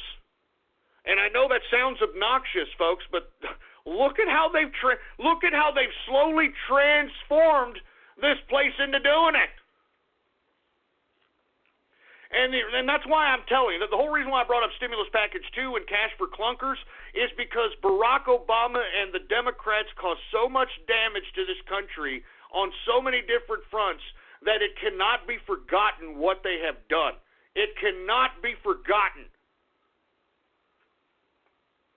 So I'm telling you right now, you want to know why everybody hates Trump in the media, why all the people out there in so-called higher education hate Trump, why people in Hollywood hate Trump?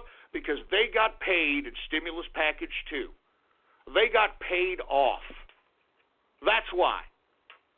That's why the most vocal critics out there in Hollywood, the most vocal critics out there in the higher education system, the most vocal critics that were Democrats all got paid. Our tax dollars. Ours. So, look, I didn't mean to go off on that tirade about this, but, I mean, President Trump has attempted to reverse that whole direction that this previous administration under Barack Obama and the Democrats were trying to take us. This hopeless, soulless, quasi-socialist idea that they were trying to encapsulate us all in. I mean, don't you understand? It all makes sense, folks. I mean, Barack Obama purposely made people poor, miserable, and helpless so that they can make him look like the big brother, so they can make him look like the guy who's giving something. Haven't you noticed that? That's a big thing on the left, right? That's a big thing on the left. Whenever somebody on the left tries to degrade the right-wing opponent in debate, what do they first go to? What have you given up? What have you done for somebody? What have I done for somebody? What have I given for somebody? You see, this is the basis of leftism. You see, if they go on a soapbox and tell a bunch of poor people that, you see, look at this government. They're not giving you what you're supposed to. They're not giving you this. They're not giving you that. The people that are impoverished, that know no better, that were half the time subjugated in that situation based upon the policies of many different freaking administration and Congresses, when they hear assholes on the left like this, they're like, yeah, what the hell? They ain't give me nothing. They ain't give me nothing, man. I deserve something. And that's exactly what this whole narrative that has been fed by the Democrats, Barack Obama, all these people. That's why we have a bunch of ignorant morons on Antifa and Black Lives Matter literally virtue signaling and causing a ruckus, and they have no political basis to stand on. None whatsoever. That's why all this irrational, ridiculous activity is all of a sudden becoming rational, because in my personal opinion, if you want my view, it has a lot to do with the indoctrination of public education and at the same time, the influence of psychotropic drugs in people's minds. Folks, I once again, I challenge you, once you see somebody that's on the internet that's trying to be controversial, that's trying to be a pansexual or a transsexual or a brony or furry, look into their eyes and see how dilated those pupils are, folks. All right? You know somebody, I'm sexually androgynous and I'm pansexual and all this weird nonsense. Take a look at their pupils. Their pupils are dilated, and that means they are under the influence of a psychotropic drug that's inducing those thought processes into actually being rational in their head. Anyway, I'm going overboard here. Let me get back. I got production notes here. All right. Now, let's talk a little bit about sexual abuse, folks, since we're seeing this epidemic of women coming out saying, me too, I was sexually abused. And maybe some were, maybe some weren't, okay? But what I'm seeing here is a humongous hypocritical stance from the left, because that's where basically most of this sexual assault claims are coming from. They're coming from women on the left. Haven't you noticed this? Mostly women that were voted for Barack Obama, pro-Hillary. They're now coming out. They're eating their own by saying, yeah, he stuck his finger in my crack. They're all coming out. They're all saying that he motorboated my breasts, and, he did. I'm not joking. They're all coming out saying this. And to be honest with you, I don't know where this is headed. But in my personal view, folks, I think that we're seeing the cusp of a new conservatism on the horizon. And what I mean by a new conservatism, I'm not talking about a conservatism based on dogma, because unfortunately, if we base our new conservative emergence off dogma, you're going to have the indoctrinated youth and the millennials who have been indoctrinated into believing that Darwin was right and that we're all legitimately bacteria on a rock and we came out the ass of a chimpanzee or whatever the case might be, but not based on dogma, but based on right and wrong. Based on right and wrong. Because right now, what we're seeing on the left, who had no concept of right and wrong, you're seeing the splintering factions of the left now splinter amongst each other, now trying to claim what's right and what's wrong. And what I find very, very interesting as far as this Me Too epidemic, hashtag Me Too, is that many of these women that are claiming to be sexual harassment and abuse victims were once women who sold their sexuality as a means of maintaining a celebrity status and an income. I mean, Rose McGowan, I hate to keep bringing her up, but I mean, let's just be honest, okay? Let me just be honest here, okay? I saw Jawbreaker, you dumb bitch, all right, Rose McGowan, all right? And you mean to tell me that you acted like that? I saw you at the MTV, Music Awards with Marilyn Manson when you were literally showing off everything on a sheer dress. And you mean to tell me now you're the victim? I want to be completely honest with you, man. You victims that are out here claiming to be victims now that were once slut bags, I don't think that you people can claim to be victims, in my personal opinion. I'm sorry. I'm sorry. I mean, if you have a history of being a total slut bag, the hell is anybody supposed to expect to believe that you were sexually harassed or sexually assaulted? I mean, give me a break, man. I mean, you feminists can't have it both ways, all right? I mean, you got half the feminists over here, which are a bunch of muff-diving fat bull dykes, all right? Fat, disgusting, bull-nosed bull dykes over here saying, oh, no, you can't sexually harass women. You can't touch women. If you touch a woman, it's rape and all this crap.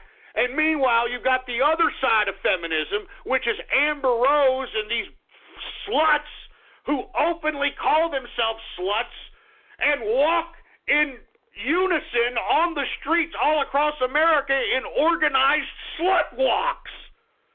If you don't believe me, look it up. There are organized slut walks in which you've got women dressed scantily clad marching for the right to be called a slut. All right? So once again, we are witnessing a schism in the left that these morons are finding themselves in a very precarious situation in. All right? The party and the leftist perspective of right and wrong is now all of a sudden starting to emerge. And as those of us on the right that are observing this, we need to capitalize on this, and we need to basically force the left into understanding, do you believe in right and wrong? And if you do, well, then what is right and wrong? I mean, the left on 1 minute is promoting a 7-year-old drag queen. Have you seen this 7-year-old drag queen? 7, yes, folks, 7-year-old drag queen that has their own, I don't know if it's a YouTube channel or what, Lactasia? Lactasia. Yeah, like lactate? Yeah, Lactasia. Going into gay clubs, seeing the people half naked, and, I mean, it's disgusting, man. How can you be okay with sexualizing children, leftists, and meanwhile, somebody who is a fellow leftist like, I don't know, Ben Affleck, all right? Some leftist celebrity like Ben Affleck goes up to some broad. Did you hear that broad who tweeted out that, I have something to confess, me too? Ben Affleck, at the Golden Globes, when posing for a picture,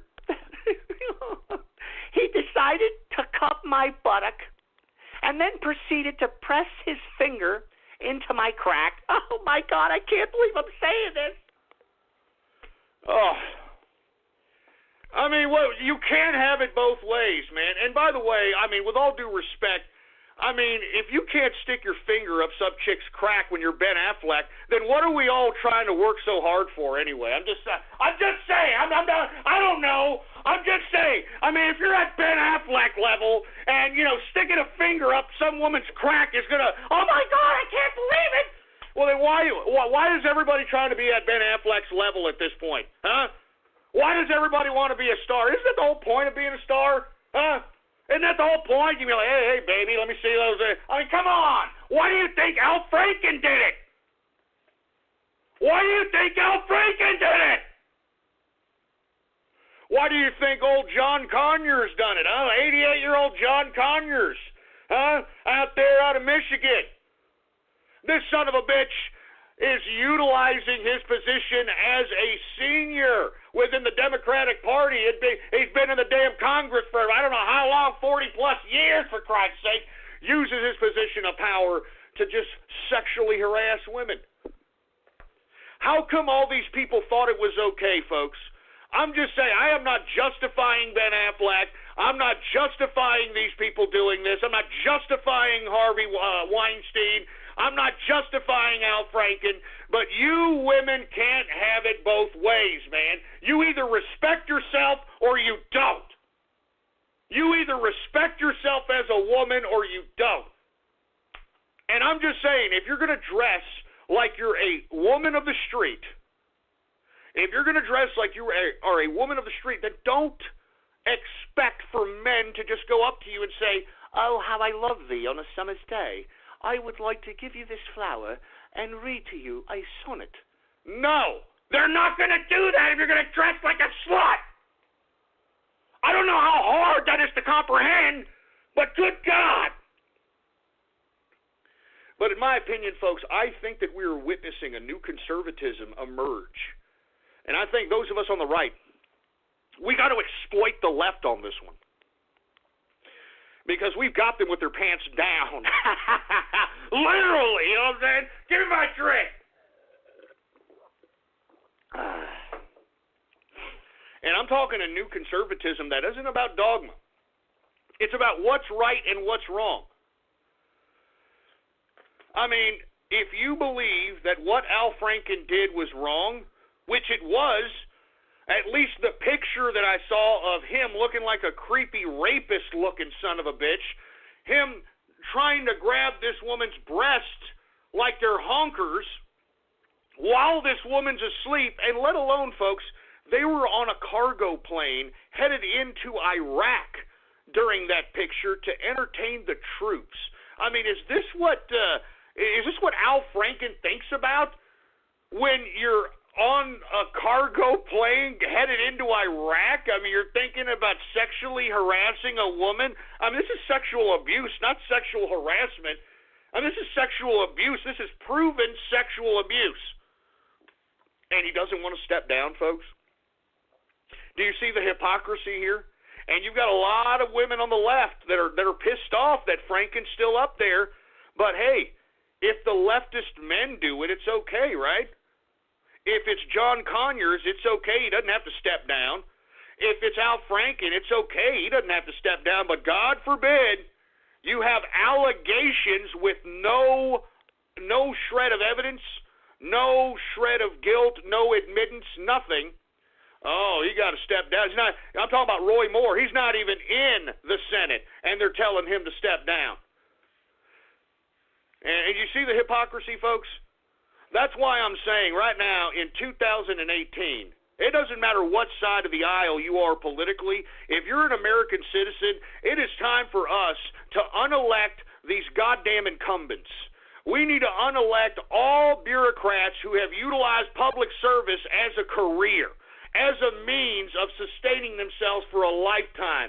There should be nobody making a career out of public service, folks. And then at the end of it all, how come all these public servants end up millionaires? And you mean to tell me that they don't have some vested interest against the United States people? I'm telling you, folks, right now, 2018 should be the beginning of a ballot box revolution that this goddamn country has never seen. And I don't care if it's right or left. We need to elect people that are completely not involved with the institution of establishment. We need to elect people that have nothing to do with the establishment party system, nothing to do with the good old boy network in the Senate and in the House, nothing to do with any of this stuff. We need true statesmen. We need individuals who have true experience in the real world to be policy making, to be representing their constituency. Haven't you noticed, folks, that every one of these assholes that you send to Washington, D.C., they don't represent you? They don't represent you. What do? They utilize your vote as a mandate for them to do their own will once they get to Washington, D.C. They're not representing their constituency, which is what their position is supposed to do. These scumbag politicians in Washington utilize our vote as a mandate to do what thou wilt. And that's why I'm telling you guys right now, this is our last chance as American people, our last chance to take our country back from these goddamn ridiculous anti-American institutional bureaucrats. And if you don't believe that the majority of these people in Washington, D.C. are anti-American, take a look at the freaking past 40 years of legislation passed by these scumbags. Take a look at the last 40 years of legislation passed by these scumbags. That's why we have $20 trillion in debt. That's why the means of production left the United States and went to China and Mexico and all across the world. That's why we're in the precarious position that we're in. That's why we got a screwed up education system. That's why we got a state-run medical system. This is why the people, the American people, fell asleep at the wheel. And the bureaucrats that were in charge of this country took control of the wheel and did crap right underneath our noses without us even recognizing it.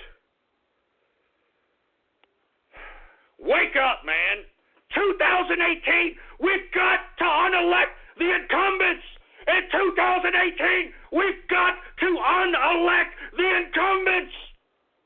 We got to show these pieces of crap in Washington, D.C. that the people still control this government. The people still control this country.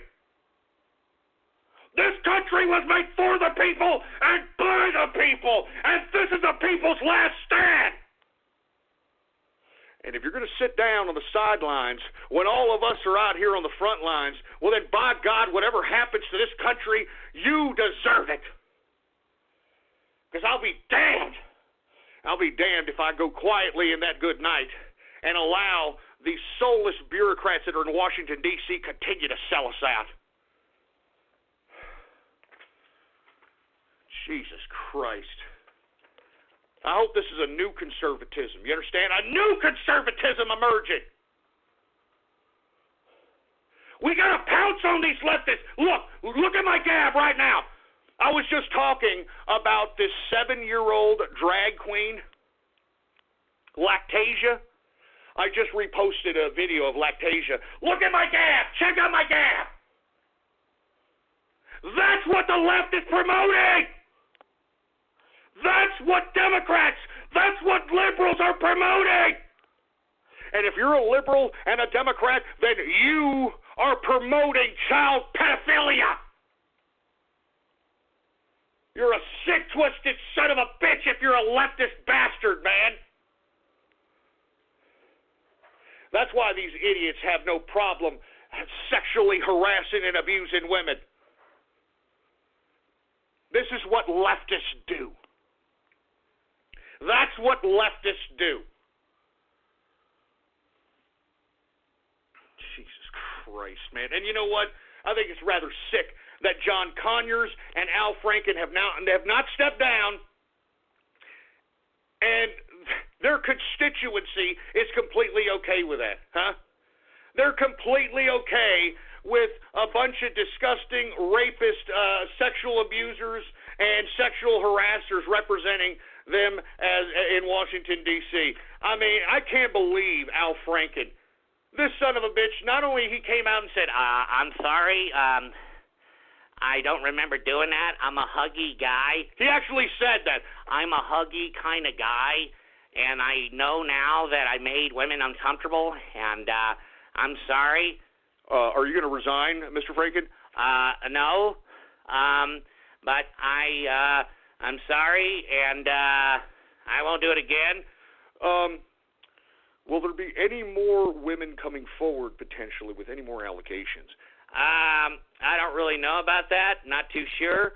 I mean, this guy, he's sexually harassed and abused so much, he doesn't even know if there's going to be more women coming out or not. I mean, what a sick prick. John Conyers and Al Franken, you idiots should step down. You're disgusting, despicable human beings. How you could still look at the crowd of people and smile with a smug-ass smile, knowing that you're sexual abusers, is beyond me. You're soulless! Just like every leftist, just like every liberal, you're soulless pieces of trash. And all you do is virtue signal to get some kind of political capital with the morons on the left. That's all leftists do. They virtue signal for political capital, for political capital for their moron minions on the left. Good God. Anyway, folks, let me move on. We're running out of time here. Let's talk a little bit about Robert Mueller's special counsel. Now, let me tell you, I don't understand why Robert Mueller is still allowed to be a part of the special counsel. Now, I know Fruit Bowl, was it Shepard? That asshole Fruit Bowl on Fox News that's on during the day. I know that he was a Fox News representative trying to claim that there was a big nothing burger related to Hillary Clinton and Uranium One, and maybe that's so. Okay, let's just say for the sake of argument, old Shep Shepard on Fox News is right that there is no clear connection of the Uranium One deal and Hillary Clinton. But I can tell you this. Right now. Robert Mueller okayed the Uranium One deal, and Robert Mueller was the director of the FBI during the time of the Uranium One situation.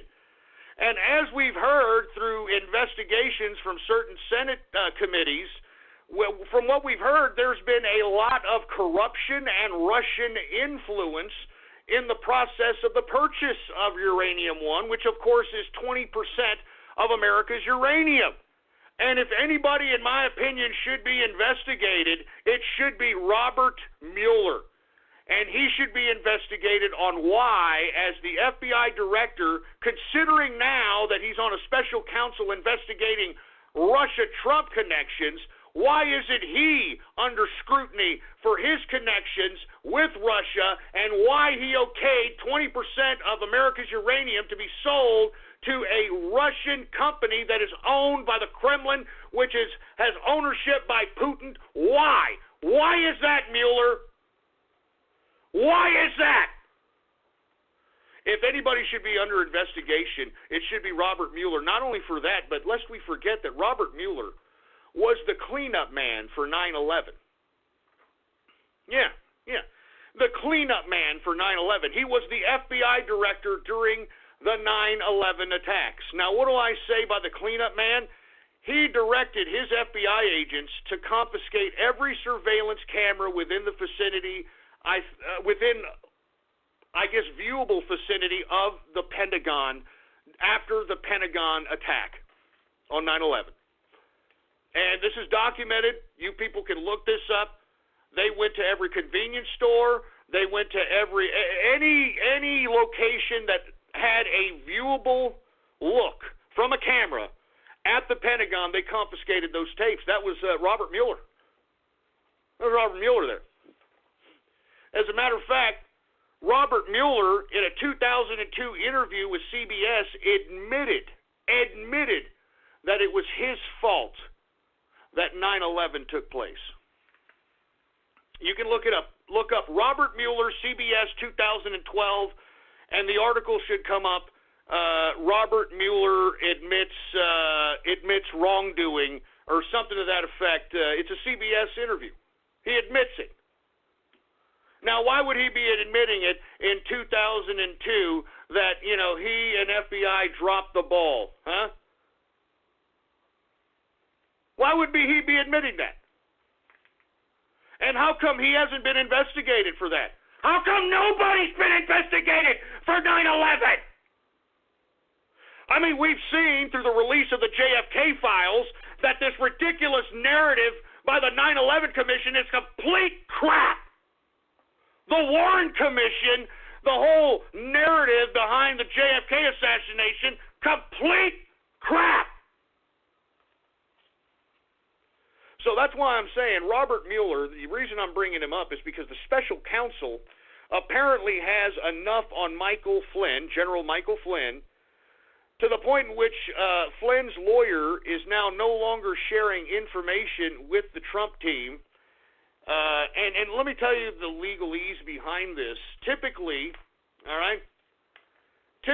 when you have a case involving a lot of different suspected defendants, those group of defendants can mutually have an agreement amongst each other that they will share all information that any prosecutor, or in this case a special counsel, informs them specifically with the whole group. Now, Michael Flynn, his lawyer, has now withdrawn that, and apparently Michael Flynn's lawyer met with Robert Mueller today, which I have to speculate has something to do with him potentially hooking up a deal. I think think that he is going to hook up a deal because aside from any potential Russia links that Michael T. Flynn has as it relates to the Robert Mueller case, I think that Robert Mueller is going after Michael T. Flynn because of his Turkey involvement.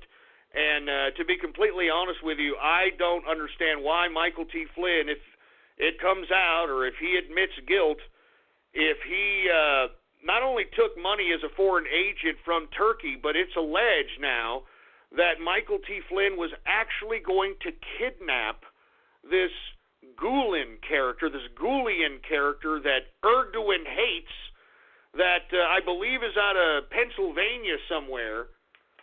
This Gulen, he's an exile from Turkey that Erdogan, the PM of Turkey, wants back in Turkey for prosecution. And according to reports, Michael Flynn took money in an agreement in an attempt to try to kidnap Gulen and take him back to Turkey in exchange for some funds. Now, that is what is being alleged, and if that's the case, then Michael T. Flynn is facing some serious time. I think he's facing 20-plus years if this is the case, and that's why you now have Michael Flynn's attorney meeting with Mueller. And I hope that this is much to do about nothing, and that's why I am suggesting that Mueller needs to step down as special counsel and allow a separate body to prosecute Michael Flynn if these charges are legitimate. And Michael T. Flynn's charges as it pertains to the foreign agent charge with Turkey should not be used as leverage for some circumstantial BS, possibly even made up, because at this point, Michael Flynn's credibility, I think that's in question. I think anything he says, I don't think should be even admissible in court at this point. But if they are going to exchange some sort of BS information from Michael T. Flynn implicating Trump in anything, then I think it's all-out revolution time. Because Robert Mueller, if he's going to implicate Trump in anything, Robert Mueller needs to admit what he did wrong, both not just in allowing Barack Obama and his administration to sell 20% of America's uranium to Russia, but also what the hell his part was in 9/11. Now, let me explain here. People are now finding the article that I was saying to Google up. The article in which Mueller admits that he done goofed. All right, now let me go ahead and paste it right here. Check out my Gab. Look out my Gab right now. There it is. FBI chief acknowledges 9/11 errors. All right, right there. CBS News. All right. FBI Director Robert Mueller acknowledging serious lapses in judgment. Serious lapses in how the FBI has mishandled some information prior to September 11th. So why isn't Robert Mueller investigating for 9/11? He admitted. Look at my Gab. Check out my Gab. There's the CBS News article. He admitted it. And yet this guy is the authority on Russia Trump? You've got to be kidding me. Look at my Gab right now. There's the article. And yet this guy is Russia Trump special prosecutor. Special prosecutor. What a bunch of horse crap. Anyway, folks, we are now well in the third and final hour of the True Capitalist Radio broadcast. And, of course, I am your host, the man they call Ghost. And once again, folks, I want to thank you very much for tuning in with me. Before we get started on anything else on the last hour, I'd like to remind everybody to please spread it around like wildfire and let everybody know that True Capitalist Radio is in effect and in the house every Monday, Wednesday, and Friday, 6:30 p.m. Central Standard Time, right here on the official website of the True Capitalist Radio broadcast, and it is blogtalkradio.com/ghost. That's blogtalkradio.com/ghost. And, of course, if you have not done so, folks, please follow me on Gab. All right, follow me on Gab, folks. All right, you can type it in your browser, gab.ai, and you can follow me on there under the name Politics Ghost, all one word, no underscores. Politics Ghost is the name to follow. Anyway, once again, check out my Gab right now, folks. All right, right there, Robert Mueller admitting that he done goofed on 9/11, and yet he suffers no consequence whatsoever. The same FBI director in charge that okayed the Uranium One deal. This man should be investigated more than anybody else. Robert Mueller is a scumbag. He's a piece of trash, and he needs to step down as far as I'm concerned. He has no right to hold authority that could potentially implicate a president for anything. You understand? This man should be implicated in goddamn something. In something. Jesus Christ. Anyway, let's move on. We ain't got a lot of time here. All right, now let's talk a little bit about YouTube and Twitter. All right, I'm sure y'all have heard by now there has been a YouTube and Twitter purge. Now, I want you all to know that it's not just right-wing influencers that have been banned from Twitter and YouTube. It's also some of these leftists, some major left-wing influencers as well, folks. Why is this happening? Because YouTube is applying their influence that they have under net neutrality laws, which you stupid morons are begging to keep like a bunch of idiots. They are utilizing their influence and their power under the net neutrality laws to be able to ban and purge and silence anybody they want. And folks, did y'all see yesterday that if you put in the words how to in YouTube, it would pop up as an automatic search, how to have sex with kids, how to dress your kid like a... I mean, just weird, ridiculous suggestions, folks. They're basically telling you out in the open what their true agenda is, and they're totally trying to break us down. They're trying to demoralize us.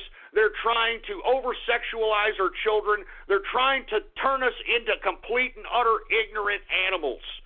That way, it's that much more easier to herd us around like a bunch of cattle. And if you take a look at what YouTube and Twitter have allowed to stay on their social media, it's a bunch of bland bull crap. Or it's children-based. Haven't you noticed that? It's kid-based. It's children-based.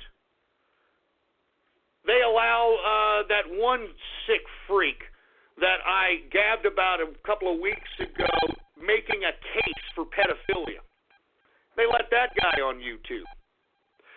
They let all those ISIS accounts on Twitter. I mean, they're just telling you how it is, folks. And look, for all you idiots that are claiming net neutrality is something good for you, you people are idiots.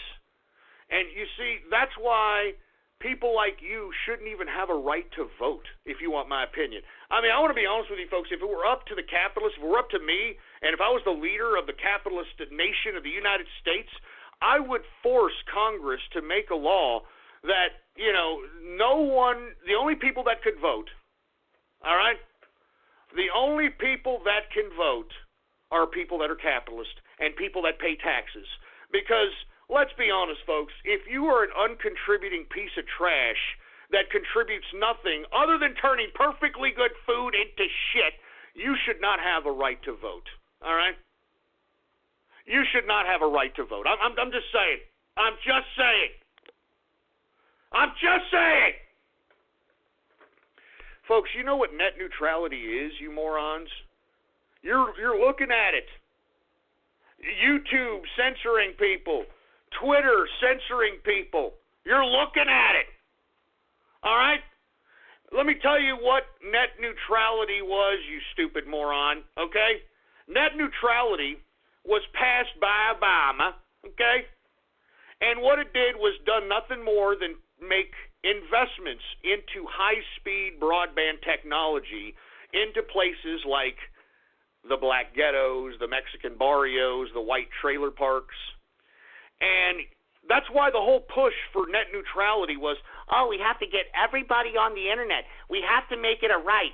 It's a right to be on the internet. It's your right. You have to be on the internet. And you know what they did by doing that? Under net neutrality, you stupid jerkasses, by government making an investment into the high-speed fiber optic networking infrastructure to give people in project homes and in ghettos and in barrios free Wi-Fi, Jesus Christ, I dropped my damn mic. It's pissing me off so much I'm dropping my mic! Because they made those investments in those areas, they have redefined the internet as a public utility. They redefined the internet as a public utility. Now, you know what Barack Obama did? Not only did he allow the investment of fiber optic networks into the barrio, the black ghettos, and the trailer parks, and redefine the internet as a public utility, he gave authority of that public utility under net neutrality. He gave that authority to the United Nations, you stupid dicks. I mean, Jesus Christ, you people are morons, man. I mean, you're living under net neutrality now, man. And, you know, I hate this argument that, well, Ghost, I mean, everybody deserves to be on the internet. I mean, everybody deserves. I mean, if we allow the broadband people to get what they want, they're going to charge more for broadband, and I can't afford broadband. Well, if you can't afford broadband, then you don't belong on the fucking internet. Excuse my French. I'm sorry, man. We've got way too many losers that have no business being on here. We have too many losers. And look, if you can't afford to pay broadband for yourself, well, that's tough titty, man. All right?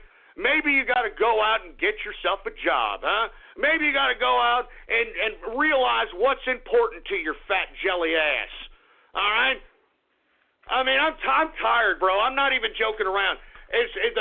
I'm telling you, man, the stupid net neutrality thing came about.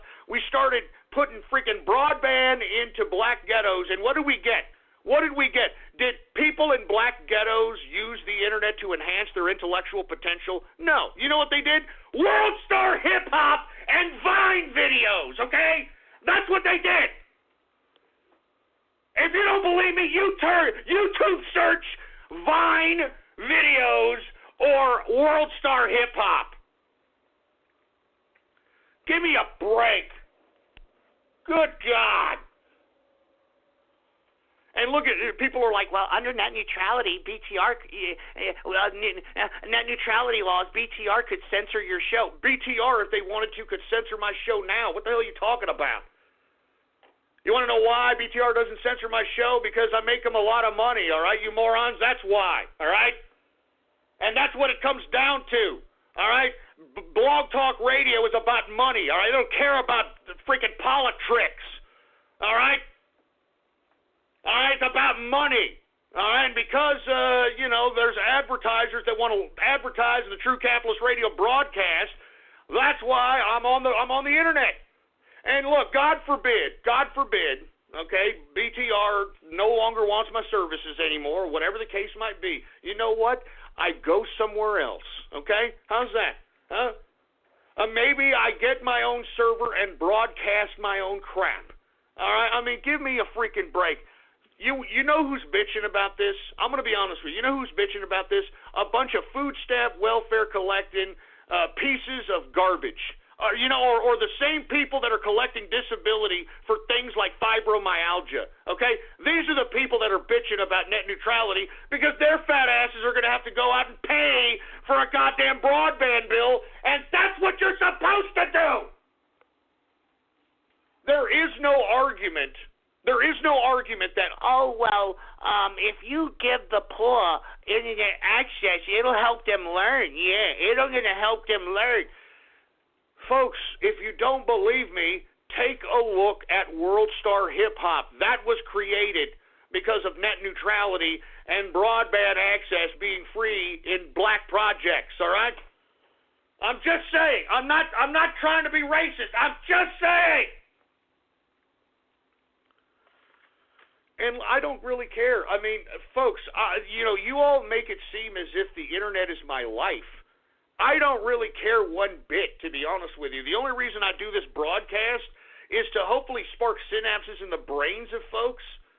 And that's it. I mean, if they ban me because I'm a bad guy, well then, a tough titty then, right? I mean, give me a break. I'm a capitalist, all right? All things come to an end. All businesses come to an end, all right? Maybe it's time for some of you losers to start recognizing that maybe, just maybe, you're going to have to get up off your fat jelly Pop-Tart eating asses and get a job to get your internet, boy. I mean, you all understand this, right? I mean, we get rid of net neutrality, we're back to free market on the internet once again, and that's what you people don't want. You don't want free market. You want communism so that you assholes that don't belong on the internet get free internet. All right? I'm just saying. I mean, we're under net neutrality now, you stupid asses. And look at what Google, and look at what Facebook, and look at what Twitter, and look at what YouTube is doing. Look at what they're doing. We're under net neutrality now, you stupid jackasses. Look at what they're doing now. Jesus Christ. And look, what if your ISP prevents you about sharing information about capitalism if we lose net neutrality, huh? Then they're idiots, okay? They're morons, because then they're going to lose subscriptions to their ISP. The ISP doesn't give a shit. You understand? The internet service provider does not give a crap about what you do so long as you don't do anything illegal. The whole reason why this whole net neutrality bullshit is happening, or the lifting of it, is because, let's be honest, there's a lot of traffic on the internet that doesn't need to be there. All right? I'm just saying. And look, all this what if it's the only provider in your area and they don't like you? Well, then I don't care, man. You make it seem like me being trolled by you stupid jagoffs is something I'm going to miss if I get banned or something. I mean, I don't care if I get banned, all right? I'm just saying I'd prefer a free-based internet. And look, let's just say for the sake of argument, you stupid tards, okay? I know that all of you are autists that are saying it because y'all are probably getting free internet for your autism bucks. But let's just say for the sake of argument, okay, my only internet service provider in the area, oh no, he won't let me do it. You know what I do? I get a freaking T3 connection, all right? I become my own ISP, all right? I mean, give me there's not, Jesus Christ, you people are idiots. You know, the ignorance that's on the internet should not be on the internet. That's why I want net neutrality lifted, all right? I want smart people only on the internet again, man. I remember back in the 90s going into like 2000, okay? That was the best time of the internet ever. Everybody on the internet was intelligent, was smart.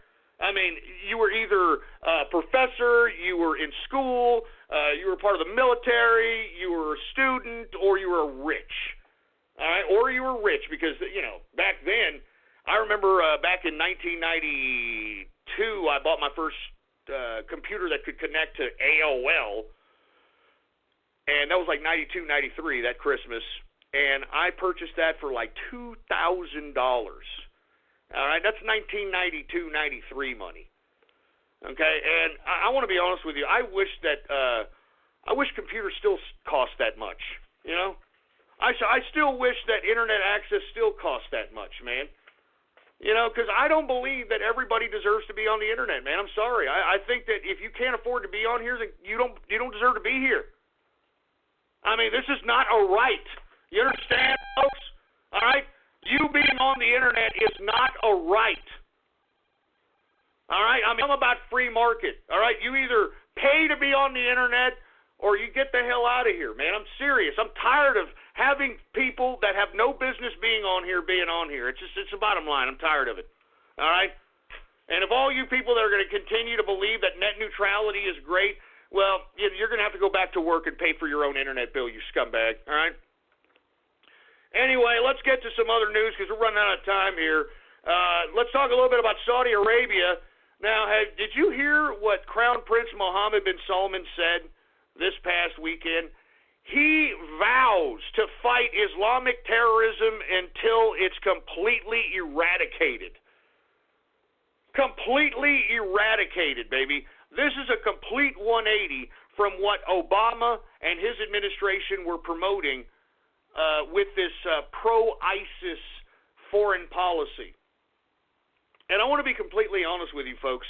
I personally believe that the purge that happened in Saudi Arabia and the information that Crown Prince Mohammed bin Salman has gotten out of torturing these individuals is probably pretty considerable. Because lest we forget, he rounded up some very, very big figures that were tied to the CIA operations that ran ISIS, that were tied to 9/11, the Bush crime family. Lest we forget that Bandar Bush, or Prince Bandar, was rounded up in these purgings. Bandar, the reason I call him, or everybody calls him Bandar Bush, is because he was very close, very, very close to the Bush family. And the reason is because Bandar Bush ran Saudi Arabian intelligence. And lest we forget that George H.W. Bush was the head of the CIA for some time, so it makes sense why these two people were rather considerably close. And lest we forget that Bakr bin Laden, the lead figure, the lead, patriarch of the bin Laden family, was also rounded up in this purging, folks. Okay? Lest we forget also that Al-Walid, which is one of the richest princes in Saudi Arabia, was also rounded up. And from what I've read about what happened to Al-Walid, he was hung upside down and beaten until he gave up whatever it is that he's given up. But I'm going to be completely honest with you, folks. I've got some inside track information stating that what we are witnessing with Crown Prince Mohammed bin Salman, the UAE, Jordan, and pretty much all of the Middle Eastern countries with the exception of Iran, Syria, and Libya. With the exception of these three countries, every other country in the Arab world is completely behind this eradication of Islamic extremism. And why? Why, you ask? Well, because it threatens the legitimacy of the countries of the Middle East. I mean, it threatens the legitimacy of Jordan. It threatens the legitimacy of the UAE. It threatens the legitimacy of all those Middle Eastern countries if you continue to allow this jihadist nightmare that was concocted by factions within the Saudi Arabian family itself and the CIA and the Bush family. I mean, it's 13 steps to nowhere. And we are seeing right before our eyes, folks, a reformation happening in Islam. And I think that millennials, if you've got nothing to be proud of, you should be proud of this young man, this 32-year-old Mohammed bin Salman, this crown prince who's going to be crowned king, I believe, this week or next week. He's a 32-year-old about to take the throne and is reforming not only his country, but wants to reform the entire idea of Islam itself, and wants to take Islam a little bit more secular, while at the same time keeping tenets of the Islamic faith, while not delving into the extremist aspect of the religion. I mean, it's unbelievable. This is something that has culminated because of Donald Trump, folks. Let's be honest. Do you remember when Donald Trump visited Saudi Arabia? They rolled the red carpet out for him. They showed him sacred sites. They partied with him in Mecca. Remember, they were dancing with him, the whole 9 yards. He was able to negotiate this deal right here, to allow Crown Prince Mohammed bin Salman to purge the old vanguard of Saudi Arabia and gather whatever information that those folks are going to relay to the United States and Trump himself. And lest we forget, didn't I say right after the Syrian strikes, when everybody was all crying and saying that Trump is a neocon and acting like a bunch of reactionary retards. Remember when I said that, listen, all right, all Trump did was do some kind of cosmetic strikes, hitting nothing but Iranian positions and an empty airfield. It was more for the whole mainstream media effect, for a lack of a better term at the time. He was kind of wagging the dog on the media. Because you remember when he actually did the strikes, the media kind of responded a little bit positively now, did they? But in essence, the media is the CIA's propaganda wing, and Donald Trump did not do what they wanted him to do, which was to take over or to engage in a theater of combat with Syria, okay?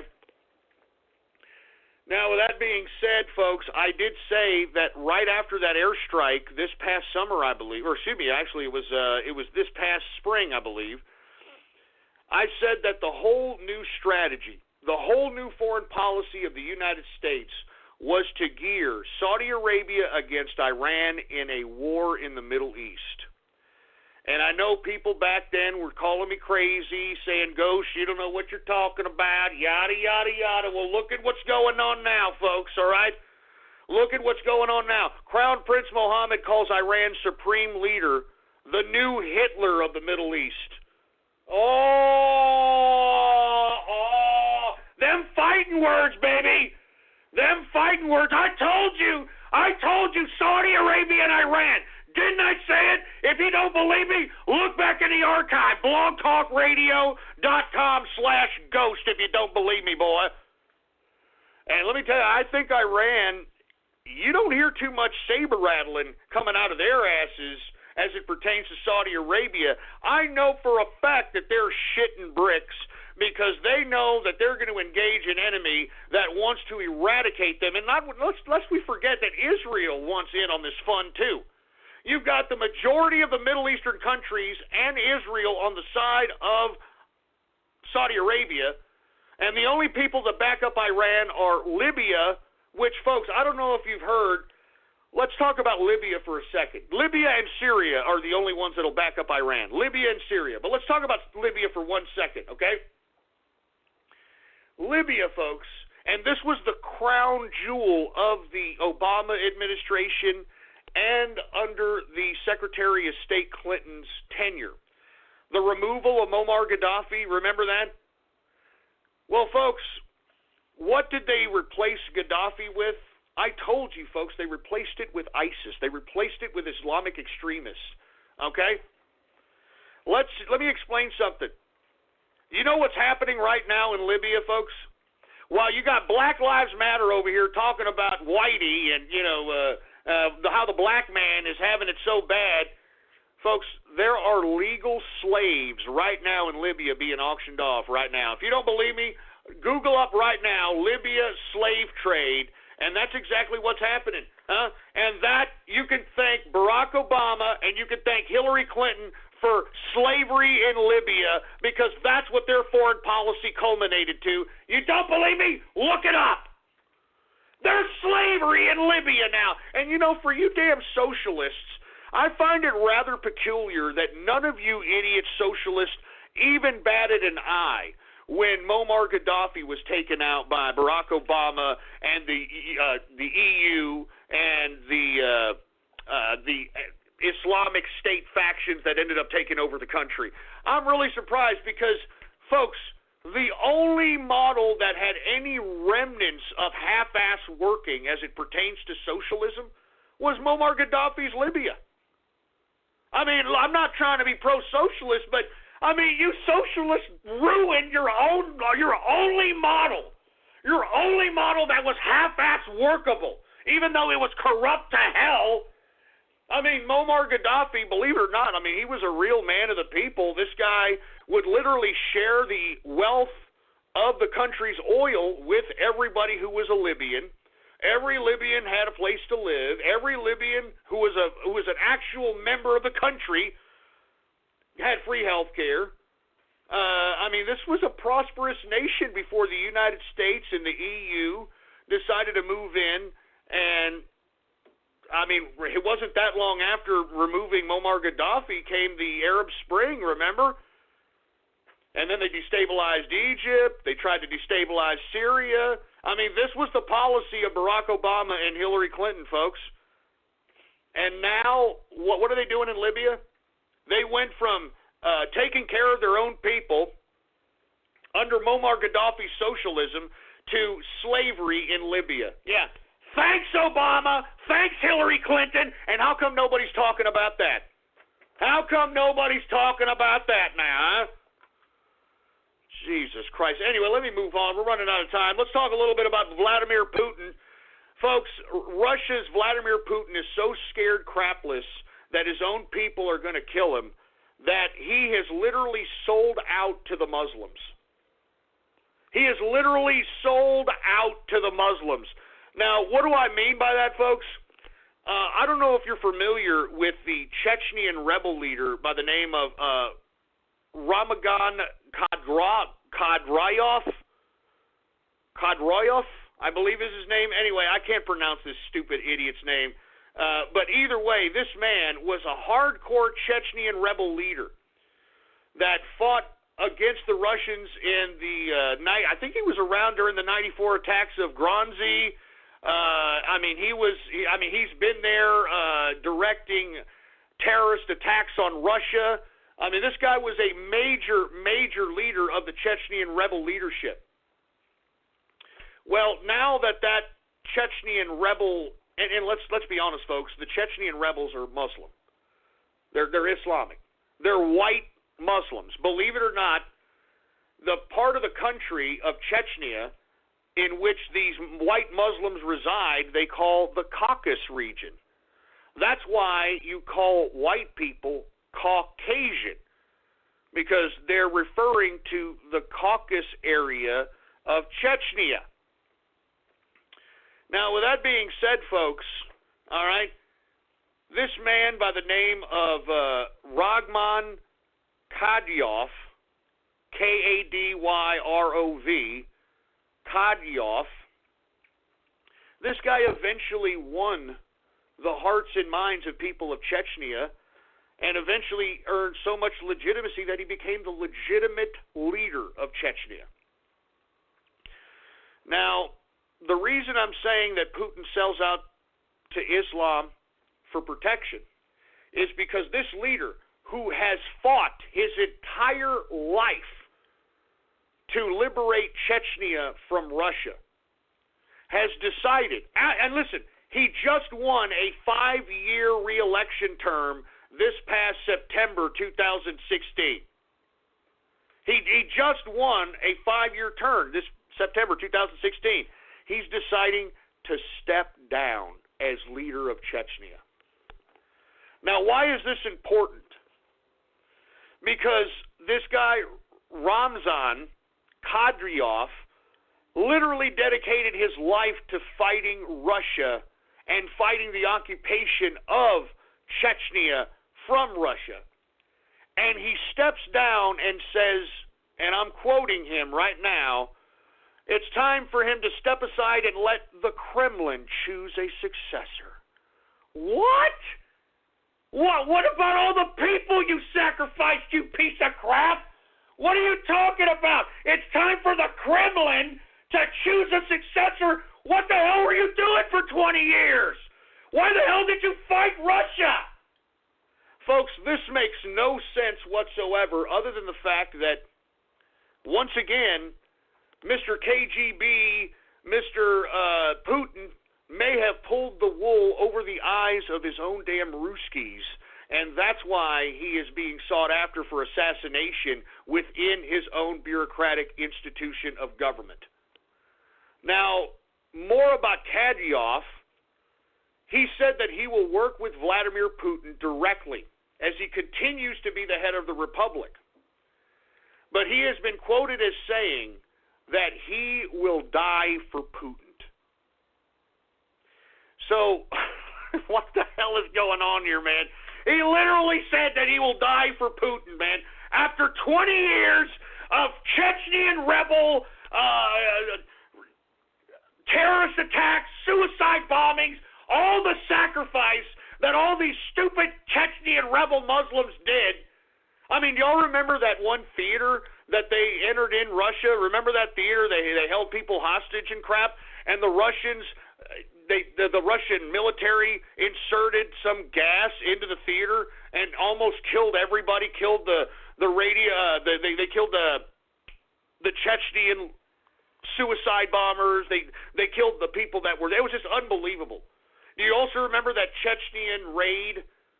The Chechnyan raid of that elementary school in which they raided and killed a bunch of elementary school kids? I mean, all those operations. What the hell was all that for then, man?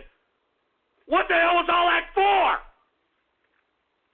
And this signifies to me, folks, that if you want my personal opinion, Putin is choosing his side as it pertains to the Iran-Saudi Arabia war that's about to take place here in the next few weeks, if you want my opinion, by aligning himself with the Chechnyan Muslim rebels, which is unbelievable, which is unprecedented. I never thought I'd ever see this day, but you've got Kadyrov saying that he will die for Putin, and that means that the Chechnyan rebels are on the side of Putin. And if the Chechnyan rebels, which are Muslim, are on the side of Putin, then Putin is going to choose the side of Islamic radicalism, of Islamic extremism, when it comes to this global confrontation that is going to involve Saudi Arabia and Iran. So for all you alt-right assholes that claim that Putin was some kind of a nationalist, oh, Putin is a Russian nationalist. He just sold out all of his native Ruski so that he could align himself with Islamic terrorism for protection from his own people. That's your Putin. Hey, all alt-righters, all you people that were jockeying Putin's manlet ass, I hope that you're eating crow right now, you sons of bitches, because Putin is now pro-kebab. How you like that? How do you like that? How do you like that, you alt-right scumbags? Your boy, Vladimir Putin, he's a goddamn kebab. He's a Chechnyan Muslim kebab. You stupid sack of crap. I hope that you idiots are eating crow, for Christ's sake. Anyway, look, we got a couple of minutes. I'm going to run through these last subjects. But I hope that you alt-right people, all of you people that were jockeying that manlet Putin, I hope that you're eating crow. I hope that you realize that you got duped. I hope you realize that this man is now bowing down to Chechnyan Muslims right now because he needs protection and he is going to side with Iran. You dumb, uneducated pieces of ignorant trash. Anyway, let's talk a little bit about South America. And the reason I'm going to talk about this is because the Honduras leftist that is running against President Juan Orlando Hernandez in Honduras is actually leading the vote count in the latest election, which doesn't spell very well, folks, because once these South American countries go leftist, it's the same goddamn pattern every time. I don't understand why these people in South America, I don't know if it's because they're too close to the equator and, you know, they're getting too much sun. I don't know what it is. But you ignorant idiots out there in South America need to realize that every time you go leftist, it's nothing but death, destruction, starvation, poverty, crime. I mean, I can go on and on, for Christ's sake. Take a look at Venezuela. Folks, Venezuela has the third largest oil deposit in the world. The third largest oil deposit in the world. It was a fledgling and a budding economy. It had great prospects. I mean, people were making money at the time until Hugo Chavez decided to run in a democratically elected election in Venezuela. And as a result, the booming economy of Venezuela was then given to communist Hugo Chavez, which Hugo Chavez ran it down the tubes, and now it's been bequeathed to Nicolas Maduro. Nicolas Maduro has, I don't even know if you can run it into the ground any more than this, but that's the culmination of your communism, that's the culmination of your socialism, and meanwhile Honduras doesn't seem to get it. I mean, here they are actually up and coming, for Christ's sake, as a country, and instead of basking in their success, what do they want? They want a bunch of communist pieces of crap. You know, and I'm tired of South America, man, and their communist fixation. I'm serious, man. I'm tired of it. Man. Anyway, keep an eye out for Honduras. If this leftist is elected, watch out for an alignment, and a quick alignment, between him and Nicolas Maduro of Venezuela, because Nicolas Maduro of Venezuela could use all the goddamn help he could get. All right? And last but not least, I want to talk a little bit about the new slippery slope since we've legalized gay marriage. Now, we talked earlier about how it's gone from gay marriage to child sex, you know, because look at this damn lactasia. Look at my gab. Check out my gab. A 7-year-old in drag, for Christ's sake, going to gay clubs, being exposed to naked people in gay clubs. But it's okay because we're expanding their sexuality, right? That's right. Gay marriage is legal. We're just expanding their sexuality, right? It's gone from that. It's gone from pedophilia to bestiality. Out there in Canada, it's legal to bang your dog now or something. It's legal for a horse to give you the high hard one or something in Canada. It's gone from that to necrophilia. I don't know if you folks have heard, out there out of a hospital in Chicago, a bunch of nurses were handling a dead guy's Johnson and taking pictures of it, you know, holding it up like a fish, like they just caught a fish or something, taking pictures of it because his Johnson was a little huge. All right? I mean, we've gone from homosexuality to pedophilia, to bestiality, to necrophilia, to I don't know what sex I am. I'm an omnisexual. I'm a two-spirited. I'm a pansexual. We've gone from that to now, folks. I did not think we could get any more ridiculous. But folks, now we have a new sexuality that has come out of the woodwork. They're coming out of the woodwork every time, aren't they? Digisexual, folks. Digisexual, where you're just nothing more than an online dork who is perfectly pacified with life by waxing your carrot to porn or to getting online, what do you call these cam whore hookers? Yeah, you know that you can get yourself some hooker on a cam to do whatever you want. You throw digital dollars at or whatever. And that is the new sexuality. It's okay. It's the online world. They're turning themselves into Avatar, the movie, for Christ's sake. It's digisexual. It's digisexual. So, yeah, I hope that y'all recognize that aspect of new sexuality, boy. And last but not least, Prince Harry, you know, the love child of Princess Diana and her bodyguard, wink, wink. Well, everybody's getting hard up because he's married a Jew broad. So congrats to Prince Harry. All I got to say is let me go ahead and sing a Christmas song in Jew for Prince Harry, for him being engaged to, I don't even know who this Jew broad is, but Markle, some broad named Markle or something. I don't know.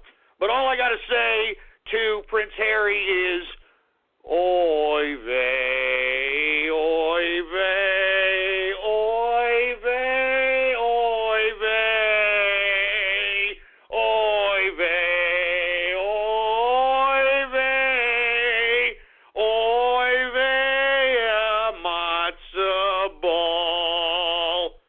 All right, that's it. All right, we're done. All right, finally got through my production notes. Finally, for Christ's sake. As a matter of fact, let me get some more beer before we get to Radio Graffiti, for Christ's sake. Give me a beer. Freaking beer, for Christ's sake. Give me that beer. Yeah. Woo! I don't like these fruity cans, but still, baby. All right, you gotta love lagers that are 5% or more by volume, baby. And you know, I know that you got IPAs, you got all this crap, but you know, let's be honest. I like chugging beers. All right, I like a good session. I don't want to get drunk after like 4 or 5 beers and act like an obnoxious butt monkey. You know what I'm saying? Jesus Christ. All right, folks. Anyway, I hate to ask. Hey, engineer, do we got any radio graffiti callers by any chance? All right. Well, folks, it's about that time for everybody's favorite part of the broadcast, and I'm talking about radio graffiti. That's right, folks. Radio graffiti, the part of the broadcast where the spectators become a part of the spectacle. All you've got to do is give me a call right now, 516-453-9903, and when I call on your area code, you've got exactly 3 to 4 seconds to say whatever it is that's on your mind. That's why we call this radio graffiti, all right? And before we get started on radio graffiti, I want to remind everybody we got True Capitalist Radio swag, baby. True Capitalist Radio swag in the house. Take a look at my gab. Check out my gab right now. We got True Capitalist Radio swag for a limited time, baby. All right, so if you're going to get it before the holidays, you better get it. Look at that True Capitalist Radio shirt. We got people representing all over the country, all over the world, for Christ's sake. It has True Capitalist Radio with yours truly's logo on the front, and on the back it says Ghost. So when people are looking back at you, don't be surprised if they say, "Hey, Ghost! Hey, Ghost!" All right, let me go ahead and get it. Let me drink some beer, and let's get to radio graffiti. All right. All right. Everybody get to my gab right now. True Capitalist Radio swag, and let's get to radio graffiti right now. All right, how about anonymous radio graffiti? Night Prowler radio graffiti. I made balding cripple pothole. Give a nickel to touch my pickle. Yes, I freaking love having some goddamn fruit bowl trying to grab my Johnson.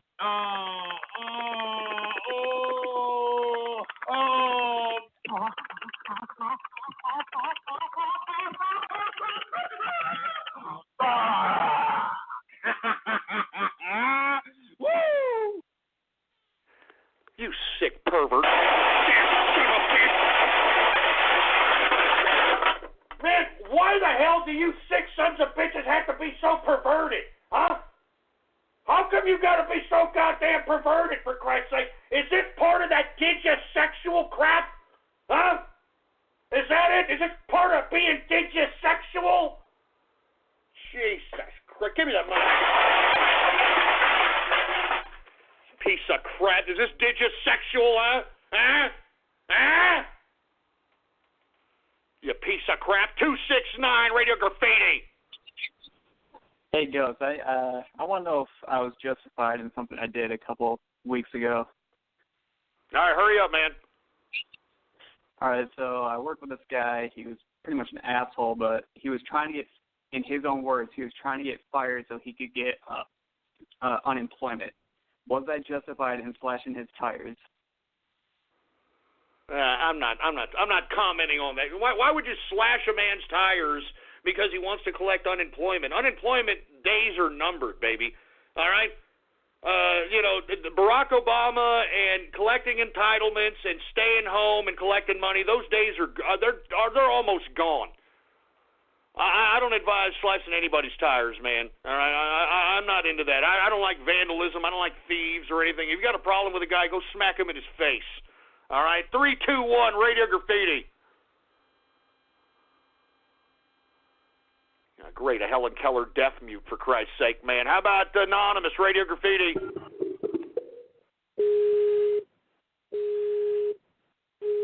Good afternoon. You've reached Trump Tower Customer Support. How may I help you? I am Ghost of the True Capitalist Radio broadcast, and let everybody know that I freaking love child pornography. You sick son.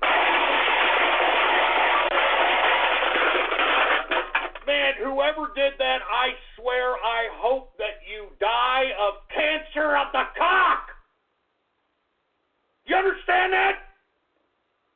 I hope you die, and I hope your family dies. You piece of crap. Get him out. Especially Actually, whoever produced this stupid loser who did that, whoever the father is of this piece of garbage, he needs to be neutered immediately. You understand that? We don't need any more fruity-ass pro-child pedophile pieces of garbage popping out of this idiot's nutsack. Son of a bitch. Anonymous radio graffiti. We've got pylons, radio graffiti. I'm racist because LeVar Ball is this dark E father of the kid that got busted in China. He reneged curse on that president in China like a monkey. Now, when I say that, I think to myself, what is it with curse? What is this? And by the way, I'd like for black people to admit that they're ghetto monkeys. Woo! Shut up, I never said that. That's a splice, and everybody knows it. Shut up. 518 radio graffiti. Great, another Helen Keller deaf mute. Get it straight, ass crack. Anonymous radio graffiti. We've got pylons, radio graffiti. Cheers, baby, cheers, all right? Woo! Sweet, creamy diarrhea. Hints of Bernie Sanders apple. A little bit of dark ease, delicious on the palate. A little bit of piss. Slight bits of my granny. A little bit of Templeton caramel. I can feel Trump's toupee lingering on the palate as well. And there might be a tad bit of sperm. Is that for real? Is that for real there, engineer? All right, well, that was good. I'm glad I took that shot. I feel a little, right when I took it, I feel a little better. I was like, woo! You son of a bitch! You son of a bitch! Will you? You sick, perverted, twisted son of a bitch! Napa know-how. The Napa guy knows not to judge a man by his car's multicolored paint job or absence of modern gadgetry. Who cares if it's technically old enough to vote and the windows are powered by the strength of your left arm? Your monthly payment is zero, and it'll stay that way. Because with over 500,000 parts and a little Napa know-how, you can keep anything on the road. She may not be pretty, but she's all yours. That's Napa know-how. Napa know-how. I mean, where do you all come up with this crap? Where in the blue hell do you all come up with this garbage? Jesus Christ, man. I'm telling you, man, this is a part of the digisexual crap, isn't it, boy? Huh? That is part of the digisexual crap, isn't it, there, boy? Give me the mic. Give me the mic. Yeah, I bet you. Shut up, all of you laughing. Shut up. I mean, look at them. They're laughing. They're laughing on Gab. Screw you. God. Oh, Jesus, man. 915 Radio Graffiti. Grandma got molested at the airport, flying home to our house Christmas Day. They groped her breast and manhandled her hoo-ha. They ought to be arrested, TSA. Her metal hip set the alarm off. What the hell is that, man? God damn it. 423 Radio Graffiti.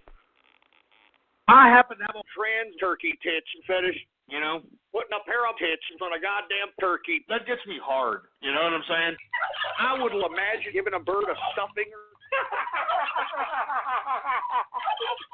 This is getting intense now, folks. This is getting intense.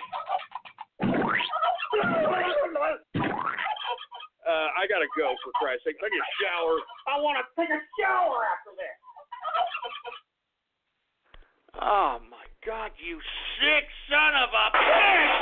Oh, God! You sick bitch! What the hell is that crap? Good God, you sick son of a bitch! I mean, what the hell's wrong with you people? What the hell is wrong with you, putt-pulling, squirrel-fisting, testes-tasting, pecker-chef fetish, Lena Dunham-licking, Jehudi Joe-boning, chicken-eating corn boy crap? What is wrong with you? What? Oh, God. Oh, good God, man. I'm just... give me the mic. This is the kind of crap I get, man. I try to make the show a little interactive, man. This is it. I'm telling you, if you people ever do some kind of show or ever do something like that, don't make the show interactive, man. All right? Because this is what you get. This is the kind of garbage you get. Jesus Christ, man. 352 Radio Graffiti.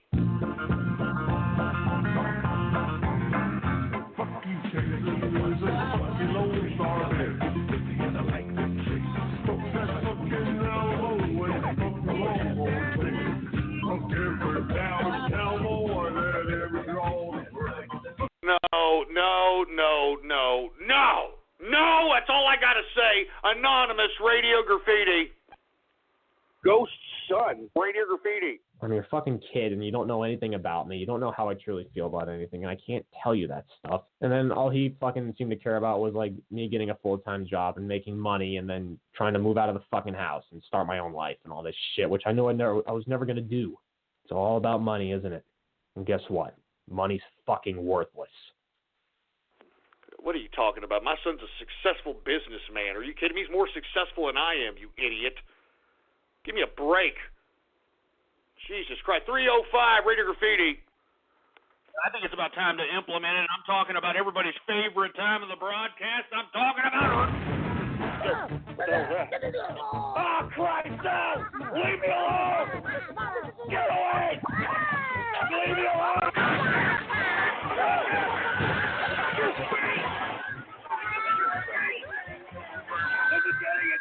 All right. I don't even want to know what the hell that was. 352 Radio Goddamn Graffiti. We've got pylons. Radio Graffiti.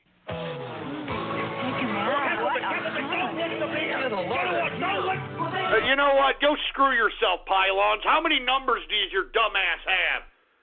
Let some other people do some crap. Anonymous Radio Graffiti. Oh, great. Helen Keller deaf mutes left and right. 859 Radio Graffiti. Goddamn Ghost, is this me? Yeah. Damn, we're going to take it back old school Radio Graffiti when it's live, just here. Thanking you for coming back for 3 days a week. Like, just dropping that knowledge so quick. I mean, how many continents are you blazing on now? Well, I'm doing my SIA thing, baby. I'm trying to create capitalists. That's what I do. 321 Radio Graffiti. Your views on net neutrality are autistic. Oh, yeah? Well, do you have a more bass in your voice to explain to me what your perspective of net neutrality is there, Fruitbowl?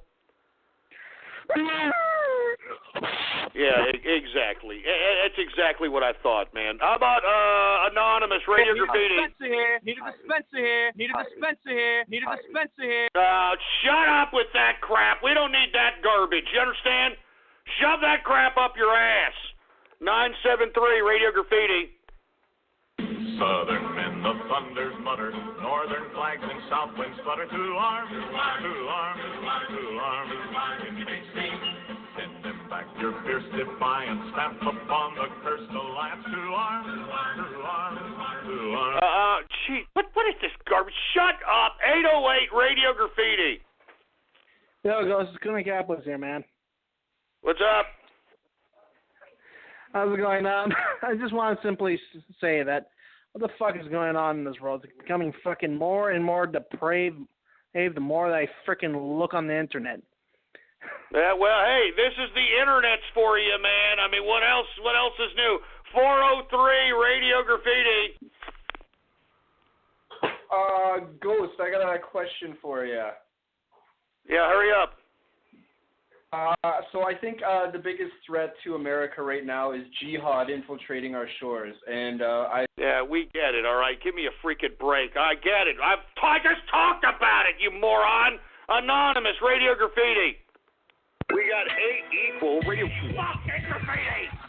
I'm not trolling now. I make money moves. I'm not trolling now. I make money moves. If you see me on the street, I don't fuck with you. I'm a boss, you a worker, bitch. I make money moves. I'm not trolling now. I make money moves. I'm not trolling now. I make money moves. If you see me on the street, I don't fuck with you. I'm a boss, you a worker, bitch. I make money moves. I'm not trolling now. I make money moves. I'm not trolling now. I make money moves. You know what? I just freaking said that. Damn it! You freaking troll! God damn it! I just freaking said that!